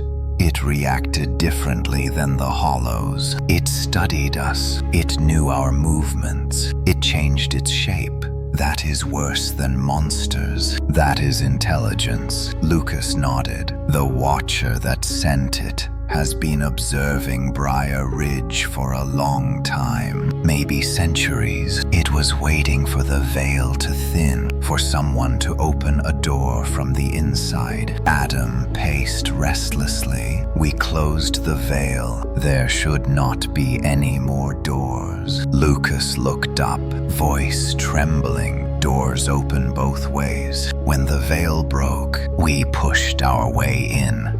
They pushed their way out. Daniel's expression tightened. So even with the veil sealed, remnants are still here. Lucas hesitated. Remnants? Yes. And Watchers. Watchers do not need the veil to stay. They anchor themselves differently. Adam stopped pacing. Explain. Lucas stared into his tea. Watchers copy the world they enter. They make roots in shadows, mimic shapes, learn voices. Once they understand a place, they do not rely on portals anymore. They adapt, Daniel muttered. Perfect. So we are being studied by something that can learn to be human, Lucas whispered. Or something that can learn to be better than human. A sudden knock rattled the front door. All three froze. Adam moved silently to the window and peered outside. A teenage girl stood on the porch, shivering, arms wrapped tightly around herself, her face streaked with tears. Adam opened the door cautiously. Can I help you? The girl shook. My mother. She is saying strange things. Please, you have to come. Adam rushed back inside. Daniel, with me. Lucas, stay here. Lucas stood instantly. No, you need me. If something is happening, I may sense it first. Adam hesitated for only a second. Then stay behind me. Do not use the veil. Lucas nodded weakly. They followed the girl across the street to a small white house. Curtains were torn down, furniture overturned. The entire building radiated wrongness like the air itself resisted existing inside. Adam entered first. A woman sat on the living room floor, knees pressed to her chest, rocking slowly back and forth. Her eyes stared at nothing. Her lips moved soundlessly. The girl whispered, "She has been like this since she woke up." Adam crouched. "Ma'am, can you hear me?" Her head snapped toward him with unnatural speed. Adam flinched. The woman spoke in a voice far too deep and layered.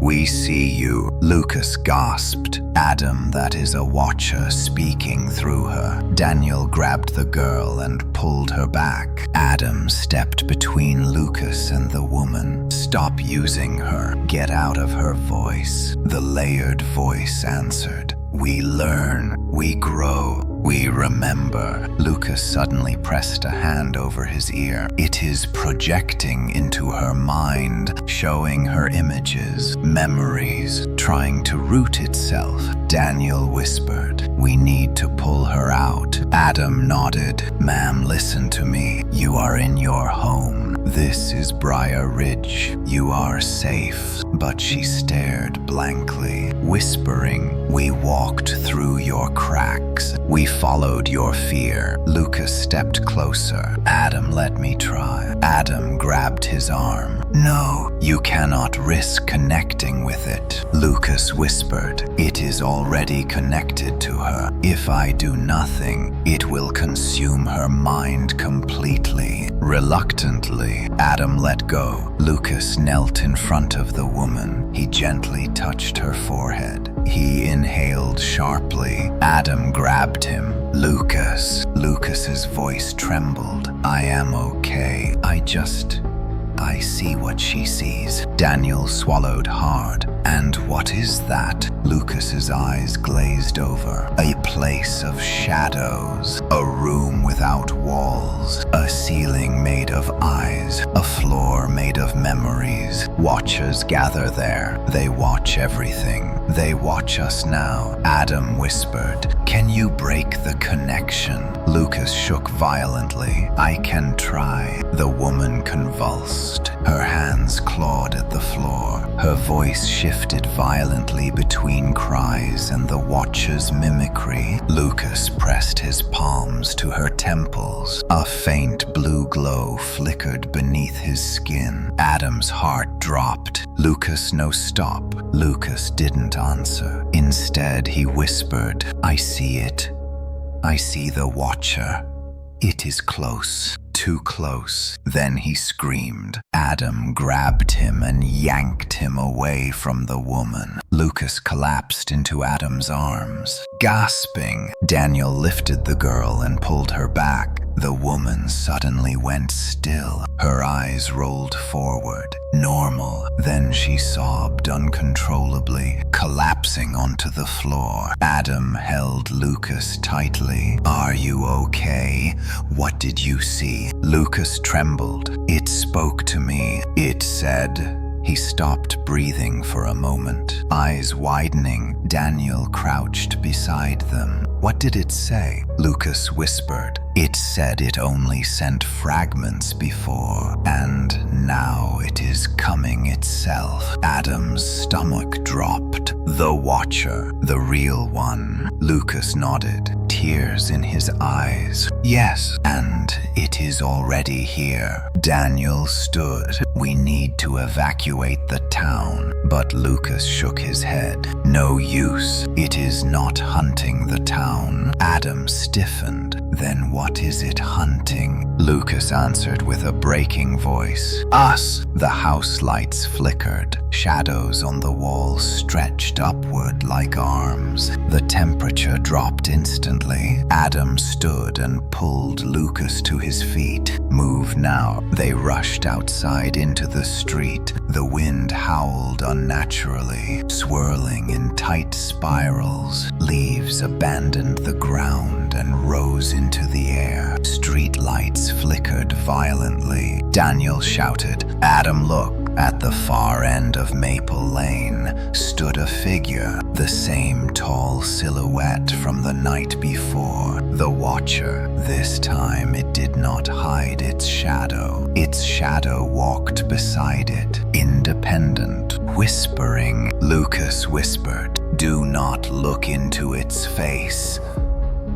It changes to what you fear most. The Watcher took one step forward. Every window on the street shattered. The girl screamed behind them. Adam shielded Lucas. Daniel backed toward them, gripping a pipe with shaking hands. The Watcher tilted its head, studying them like insects pinned beneath glass. Its shadow whispered in layered tones. You altered the veil. You tore open truth. You touched what was ours. Lucas pressed into Adam's side. Adam, we cannot fight it. Not with strength. Not with light. Not with the veil. Adam whispered. Then how? Lucas answered. We must refuse to fear it. That is what it feeds on. That is how it grows shape.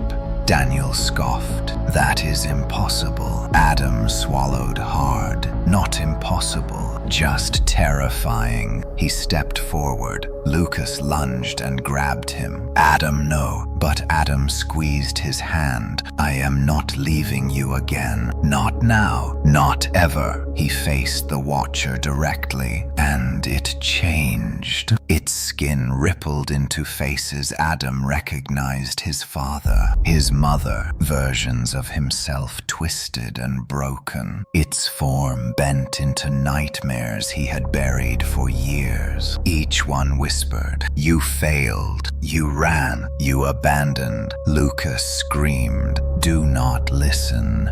It is showing your fears, your mistakes. Adam shut his eyes tightly. He pictured Lucas, small, fragile, brave, entirely human. He remembered carrying him out of the lake, carrying him through collapsing caverns, holding him in the crater as the world nearly ended. He loved him more than he feared anything. He opened his eyes, and the Watcher hesitated. Adam whispered, you cannot control what I do not fear. The Watcher's shape flickered. Lucas shouted, it is losing form.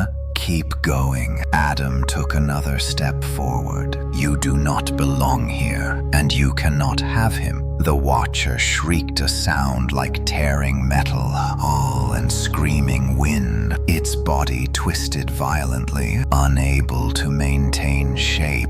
Its shadow recoiled, as if burned. The creature staggered backward. Daniel yelled, Adam, it is weakening. Adam kept walking. Leave Briar Ridge. Leave my brother. Leave this world. The Watcher convulsed, its form breaking into fragments of smoke, splinters of shadow. Lucas whispered, Adam, finish it. Adam shouted into the spiraling wind, you do not scare me anymore. The Watcher screamed once more and shattered into dust. The wind died instantly. Silence returned. Lucas collapsed into Adam's arms, sobbing with relief. Daniel exhaled so hard he nearly fell over. Adam held Lucas tightly. It was over, at least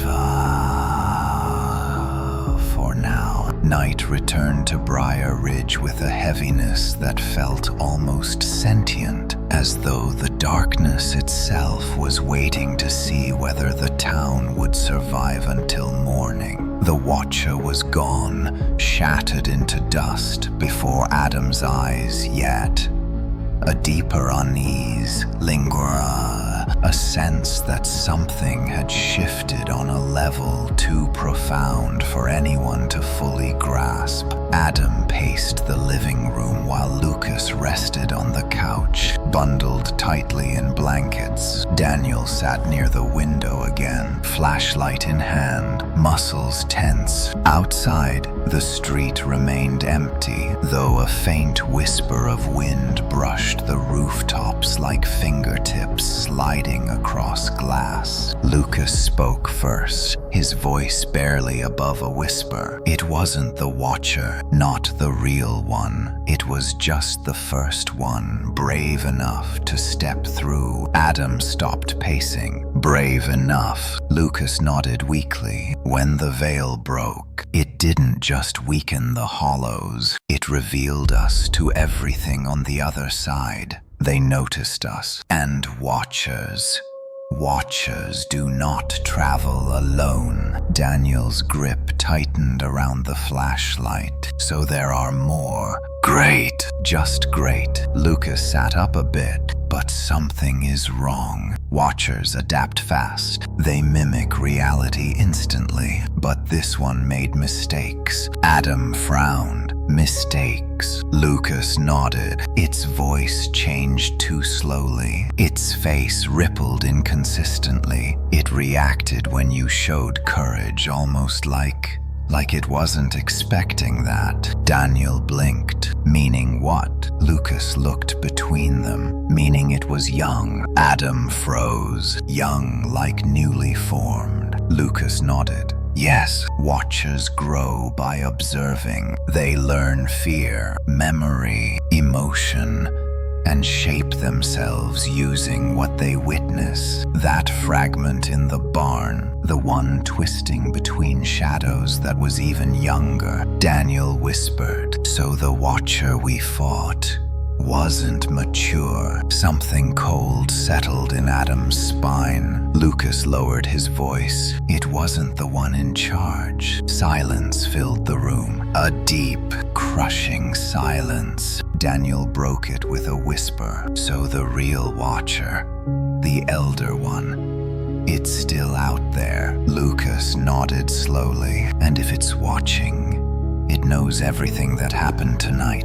A sudden metallic clang echoed outside, the sound of a mailbox slamming shut on its own. Adam moved to the window. Fog rolled down the street like a living tide, swallowing lampposts one by one. Daniel whispered, "That's not normal fog." "Is it?" Lucas shook his head. "No, that's veil residue. The veil is shifting again." Adam turned away from the window. "We can't stay here." Daniel frowned. "But the town is waking up. People are coming out. If Watchers are roaming around." Lucas interrupted. "They're not hunting the town. They're still hunting us." Adam asked quietly, "Why us?" Lucas looked down at his glowing hands. "Because we broke the veil. Because we survived. Because we changed something that was never meant to be changed."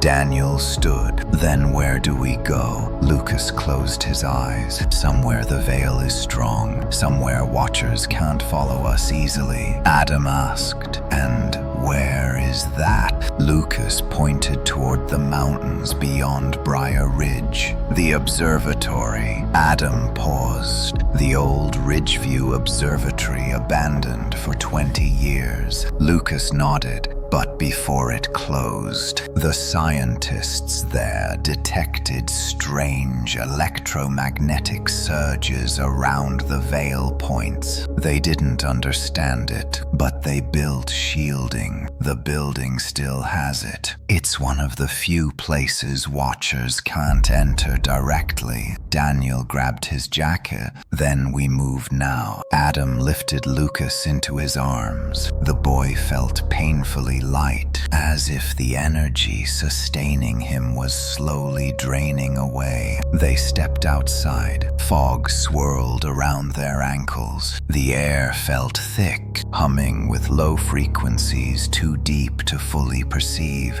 Adam whispered, "Lucas, what do you sense?"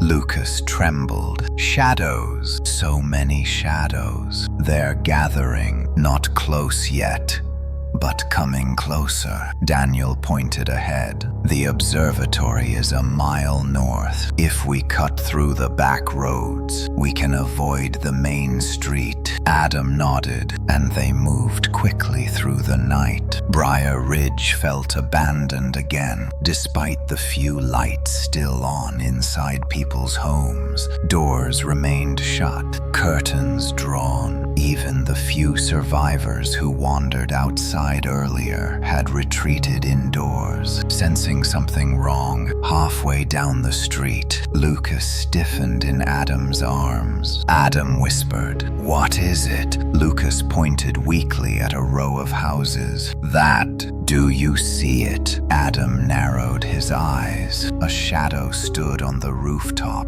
not moving, not breathing, watching. Daniel's voice shook. "Another watcher fragment." Lucas shook his head. "No, that's a mimic." Adam asked, "What's the difference?" Lucas swallowed. "Fragments are young, weak. Mimics are trained. They copy whatever they see. They hide inside patterns, shadows, reflections, silhouettes. They learn how to move like us before stepping into the world." Adam whispered, "Can it see us?" Lucas nodded, "But it's not moving. It's waiting for the others." Adam felt his pulse quicken. "Then we keep moving." Quietly, they slipped behind houses, through backyards, past rusted swings and silent gardens. The fog thickened, growing heavier with each step.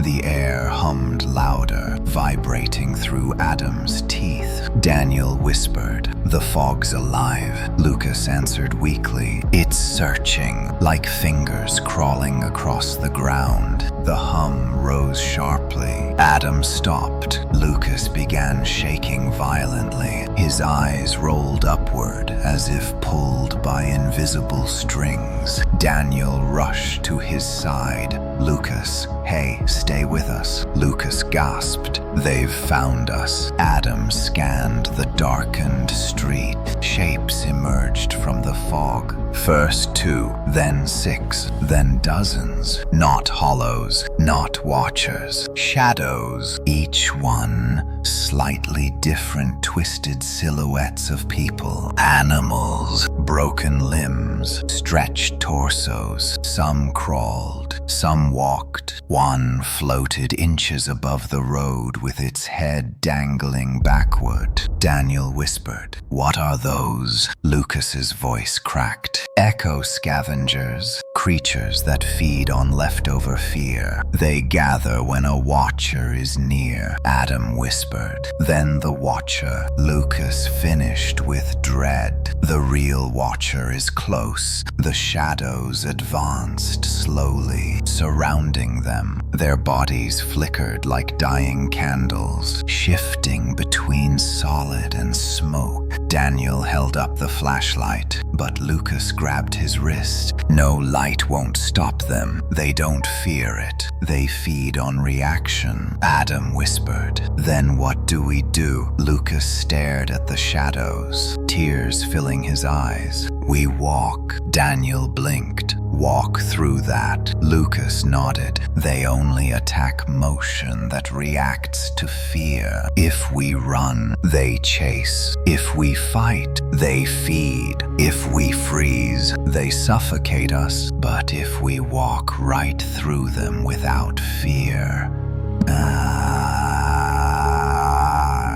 Daniel finished. "They ignore us." Lucas clutched Adam's jacket weakly. "Please trust me." Adam swallowed hard and stepped forward. The shadows parted, barely. Their whispering voices brushed his skin like cold feathers. Shapes twisted around him. One crawled along the ground, inches from Lucas's foot. Daniel followed, sweat dripping down his face. They crossed through the horde slowly, painfully, every step a test of will. Finally, they emerged from the shadows and reached the tree line at the edge of town. Daniel collapsed to his knees. "I never want to do that again," Lucas whispered. "We have to hurry. The Watcher is watching us through them." Adam adjusted his grip on Lucas. "Then we get to the observatory before it reaches us." They entered the forest. Fog crawled between the trees. The hum followed. Lucas clung weakly to Adam's shirt. Adam whispered, "What do you sense now?" Lucas's voice broke. "It is close, so close, and it is not alone." The forest grew darker the deeper Adam,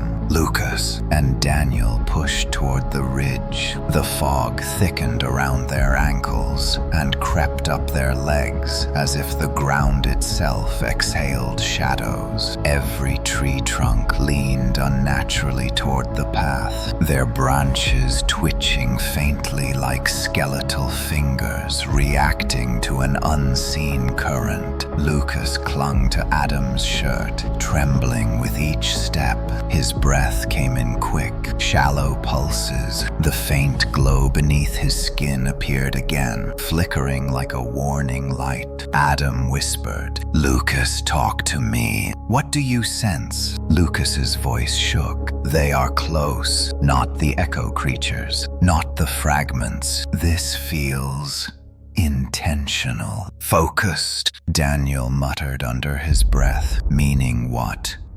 "Exactly what kind of nightmare is hunting us now?" Lucas swallowed hard. "Something older than the Watchers, or maybe something the Watchers fear." Adam froze mid-step. "Something Watchers fear?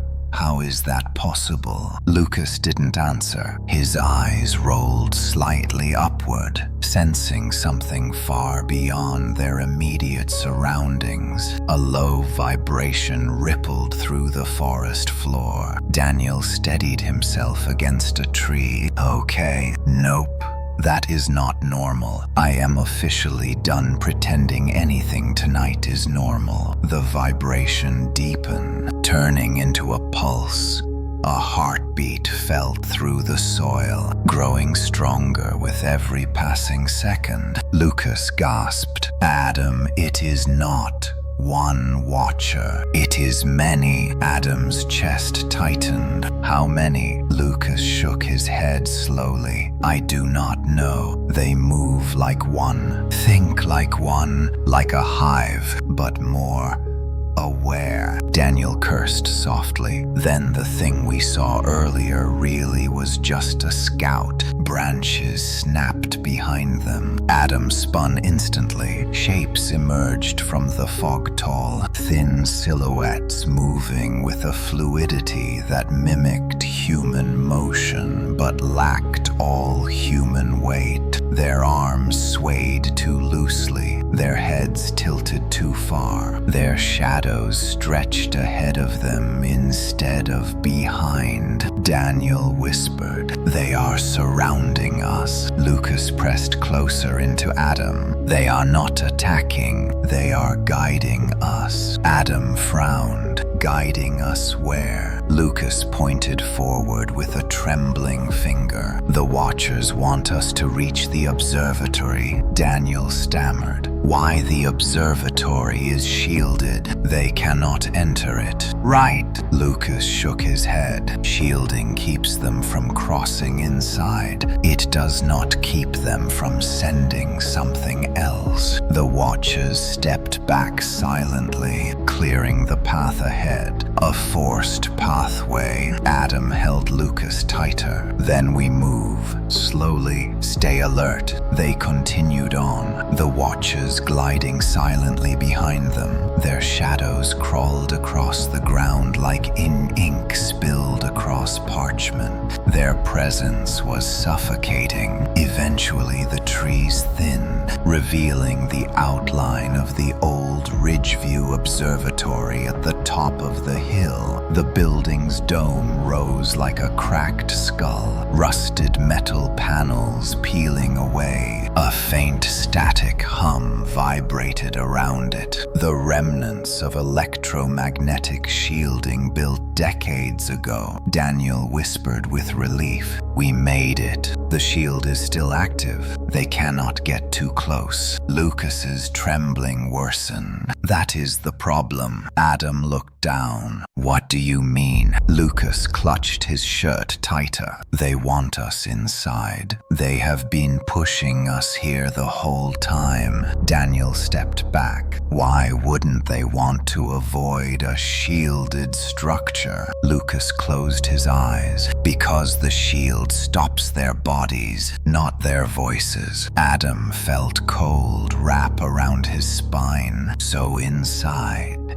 we are just trapped with whatever they send after us." Lucas nodded softly. "Yes." The watchers stopped at the tree line, forming a silent semicircle, their heads tilted in unison toward the observatory. "Waiting," Daniel whispered. "I hate how polite they are." Adam scanned the fog, making sure no other creatures lurked nearby. Then he lifted Lucas in his arms and began climbing the final hill. Daniel followed close behind. The observatory door hung partially open, creaking in the wind. Inside, darkness swallowed everything past the threshold. Lucas's voice barely rose above a whisper. "The shield will silence the veil once we step inside." Adam nodded. "Good. You need rest without hearing them." Lucas grabbed his wrist. "No, Adam, if the veil is silent,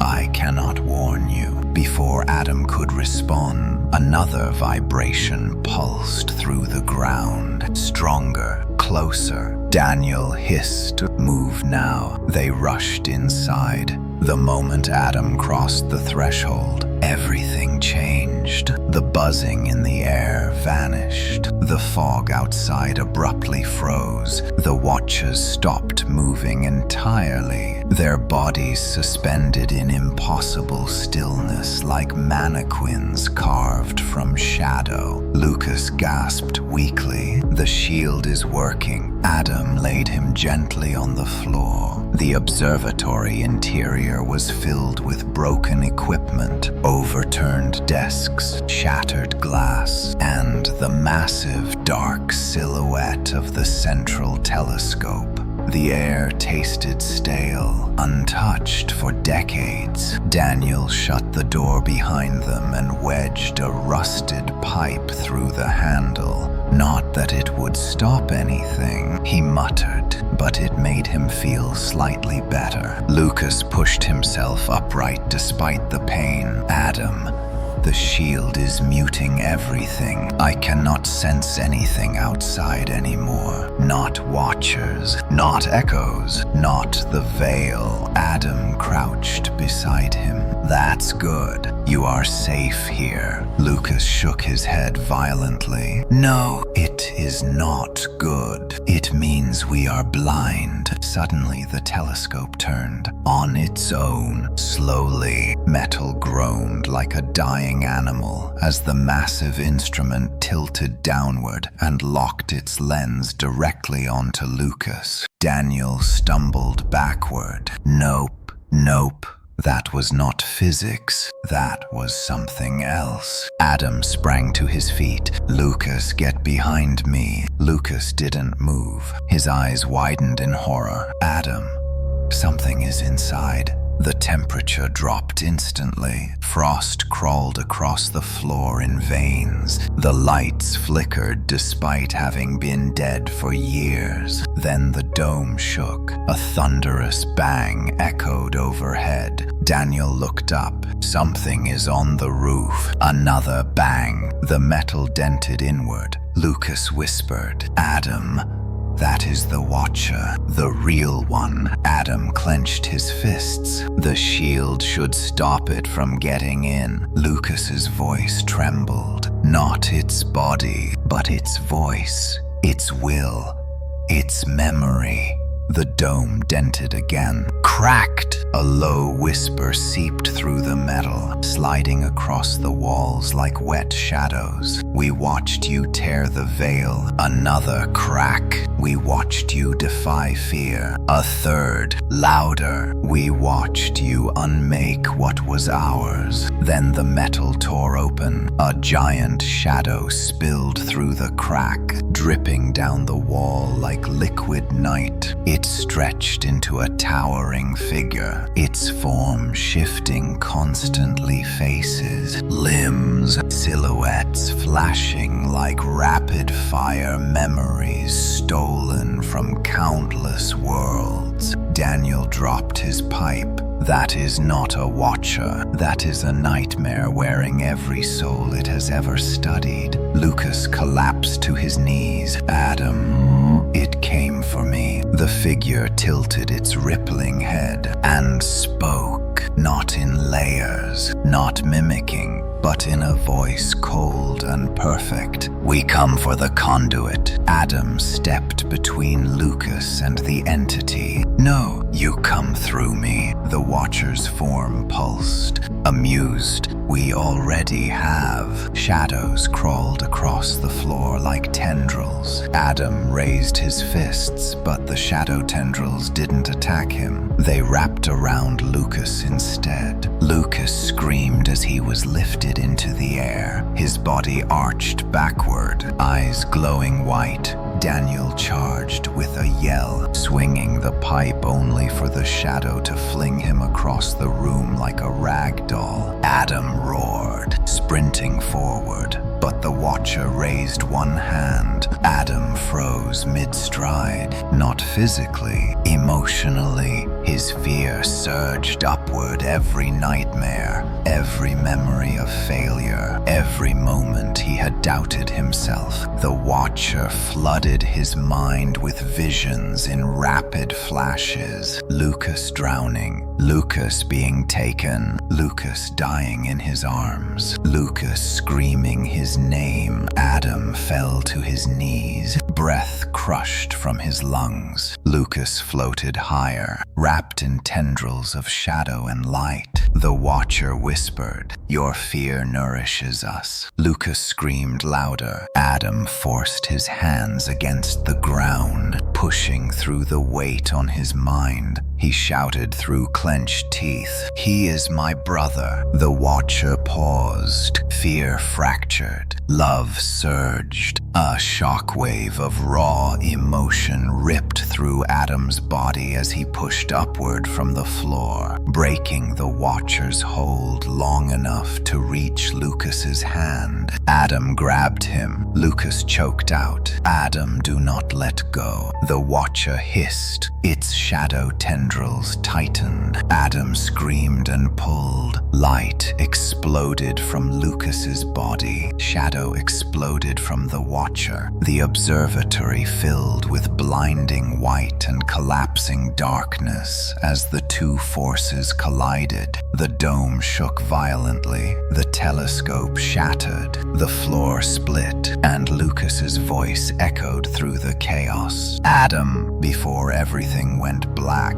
darkness pressed in as Adam regained consciousness, floating somewhere between pain and silence. A ringing filled his ears. His body felt weightless, unanchored, as if drifting through a void without direction. Slowly, awareness returned piece by piece. His breath, the cold air, the taste of dust on his tongue. Then the memory struck him like a blade. Lucas. Adam shot upright with a gasp. He lay on the shattered floor of the Ridgeview Observatory. The dome above was torn open, starlight spilling through jagged metal like a wound in the sky. Smoke drifted across the ruins. Broken machinery lay in pieces. The telescope had collapsed entirely, but none of it mattered. Adam staggered to his feet. Lucas. Daniel lay nearby, unconscious but breathing. Adam shook him gently. Daniel jeered. "Come on!" Daniel groaned, eyes fluttering open. His voice rasped. "Did we survive?" Adam didn't answer, because something else moved in the center of the observatory. A figure stood where Lucas had been suspended. Not the Watcher, not a creature, Lucas, but changed. He floated several inches above the ground.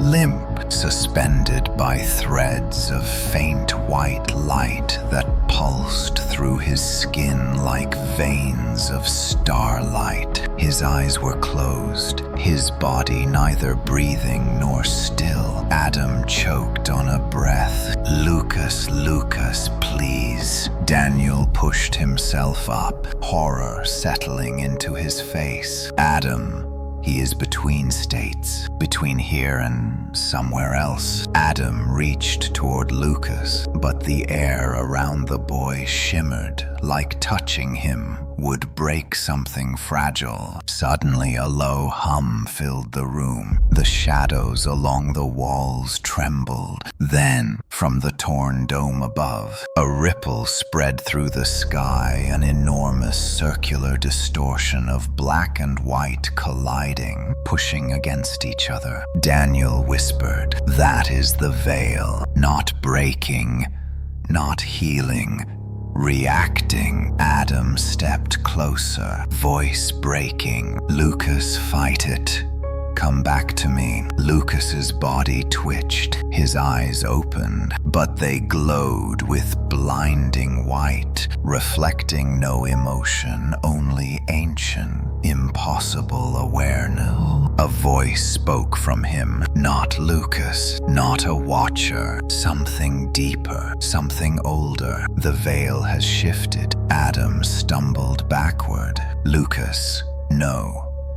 That is not you. Stop." The voice continued, layered and resonant. "You touched the threshold. You tore the boundary. You reshaped the wound. Now the veil remembers you." Daniel trembled. "Adam, that thing is speaking through him like a conduit." Adam's heart shattered. "Lucas, please fight it, come back." Lucas's glowing eyes flicked toward him. Then, faintly buried beneath the otherworldly resonance, Lucas whispered, "Adam." Adam rushed forward, but stopped inches from the shimmering air. Lucas's hand lifted, trembling violently against invisible force. "Adam, it hurts." Adam pressed his palm against the barrier, tears burning. "I am right here. I'm not leaving you. Not ever." The veil voice surged through Lucas again. "The Watchers came for the conduit, but the conduit has touched deeper realms. Beyond Watchers, beyond echoes, beyond hollows." A pulse rippled outward from Lucas, shaking the entire observatory. The veil must close. Fully, irreversibly, Daniel stepped forward. Wait. If the veil closes fully, what happens to him? Lucas's mouth opened. A soft whisper escaped. "I won't be on the same side." Adam's world collapsed. No, I will not lose you." Lucas's body flickered between solid and translucent, shifting like a reflection rippling across water. Daniel grabbed Adam's arm. "If the veil seals and he is on the wrong side," Adam jerked free violently. "Then we stop it. We stop the veil from closing. Lucas's eyes widened in fear. No, Adam, if you stop it, Watchers come through, all of them. The veil voice surged again. Balance must return. The veil must close. Adam roared at the ceiling. Take me instead. Take anything, just not him. The voice inside Lucas answered with terrible calm. This is not a bargain. A beam of white light shot upward through the cracked dome, connecting Lucas directly to the swirling distortion in the night sky. The air screamed. Wind spiraled violently. Daniel shouted over the roar. Adam, if he seals the veil while connected, he will be pulled through. He will vanish. Adam sprinted toward Lucas. The barrier flared, slamming him backward. Lucas cried out, the first true human sound since the ritual began. Adam, help, please. Adam screamed, struggling to rise. I'm coming. I'm right here. Daniel crawled closer. There has to be a way to break the connection. Adam's eyes darted wildly. How? How do we pull him back? Lucas answered, voice breaking through the veil echo. You anchored the veil before, with intent, with love. Adam's breath caught. Lucas whispered, anchor me. Adam staggered forward, pushing against the burning barrier. I don't know how, Lucas shouted. Remember me, Adam. Remember us. Memories slammed into Adam's mind. Lucas laughing as a child. Lucas clinging to him during storms. Lucas crying when their mother died. Lucas whispering, you saved me. You always save me. Adam pressed his hand to the shimmering air. The barrier flickered. Daniel gasped. Adam, it's weakening. Keep going. Adam leaned his forehead against the barrier. Lucas, I love you. You hear me.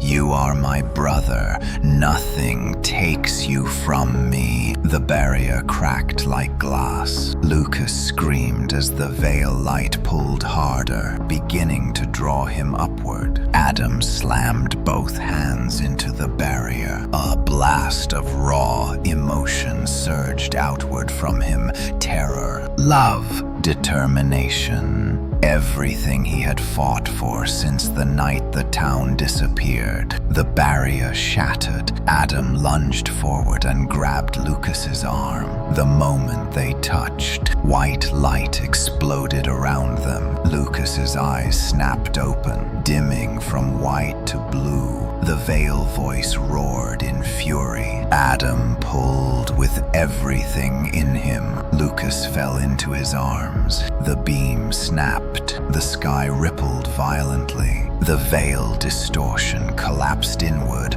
with a deafening implosion of light. Silence. Wind drifted gently through the torn dome. Lucas lay limp in Adam's arms, breathing shallowly, but breathing. Daniel whispered, you did it, Adam. You anchored him. Adam held Lucas tightly, forehead pressed to his brother's hair. I told you I wouldn't leave you. I told you, Lucas whispered weakly. Adam, the veil. Adam looked up. The swirling distortion in the sky shrank slowly, spiraling into a single shining point. Then it closed completely. The air stilled. Daniel exhaled. Is it over? Lucas nodded weakly. The veil is shut. No watchers, no echoes, no shadows. Not anymore. Adam held him even tighter. You're safe now. We're all safe now. Lucas's eyes fluttered closed in relief. Dawn finally broke across Briar Ridge, and for the first time since the nightmare began, the town truly slept, peacefully, safely, together, at least, until the veil remembers again. The story ends here. Thank you for watching and listening to the whole story. Please subscribe to the channel and turn on the bell to listen to the next stories.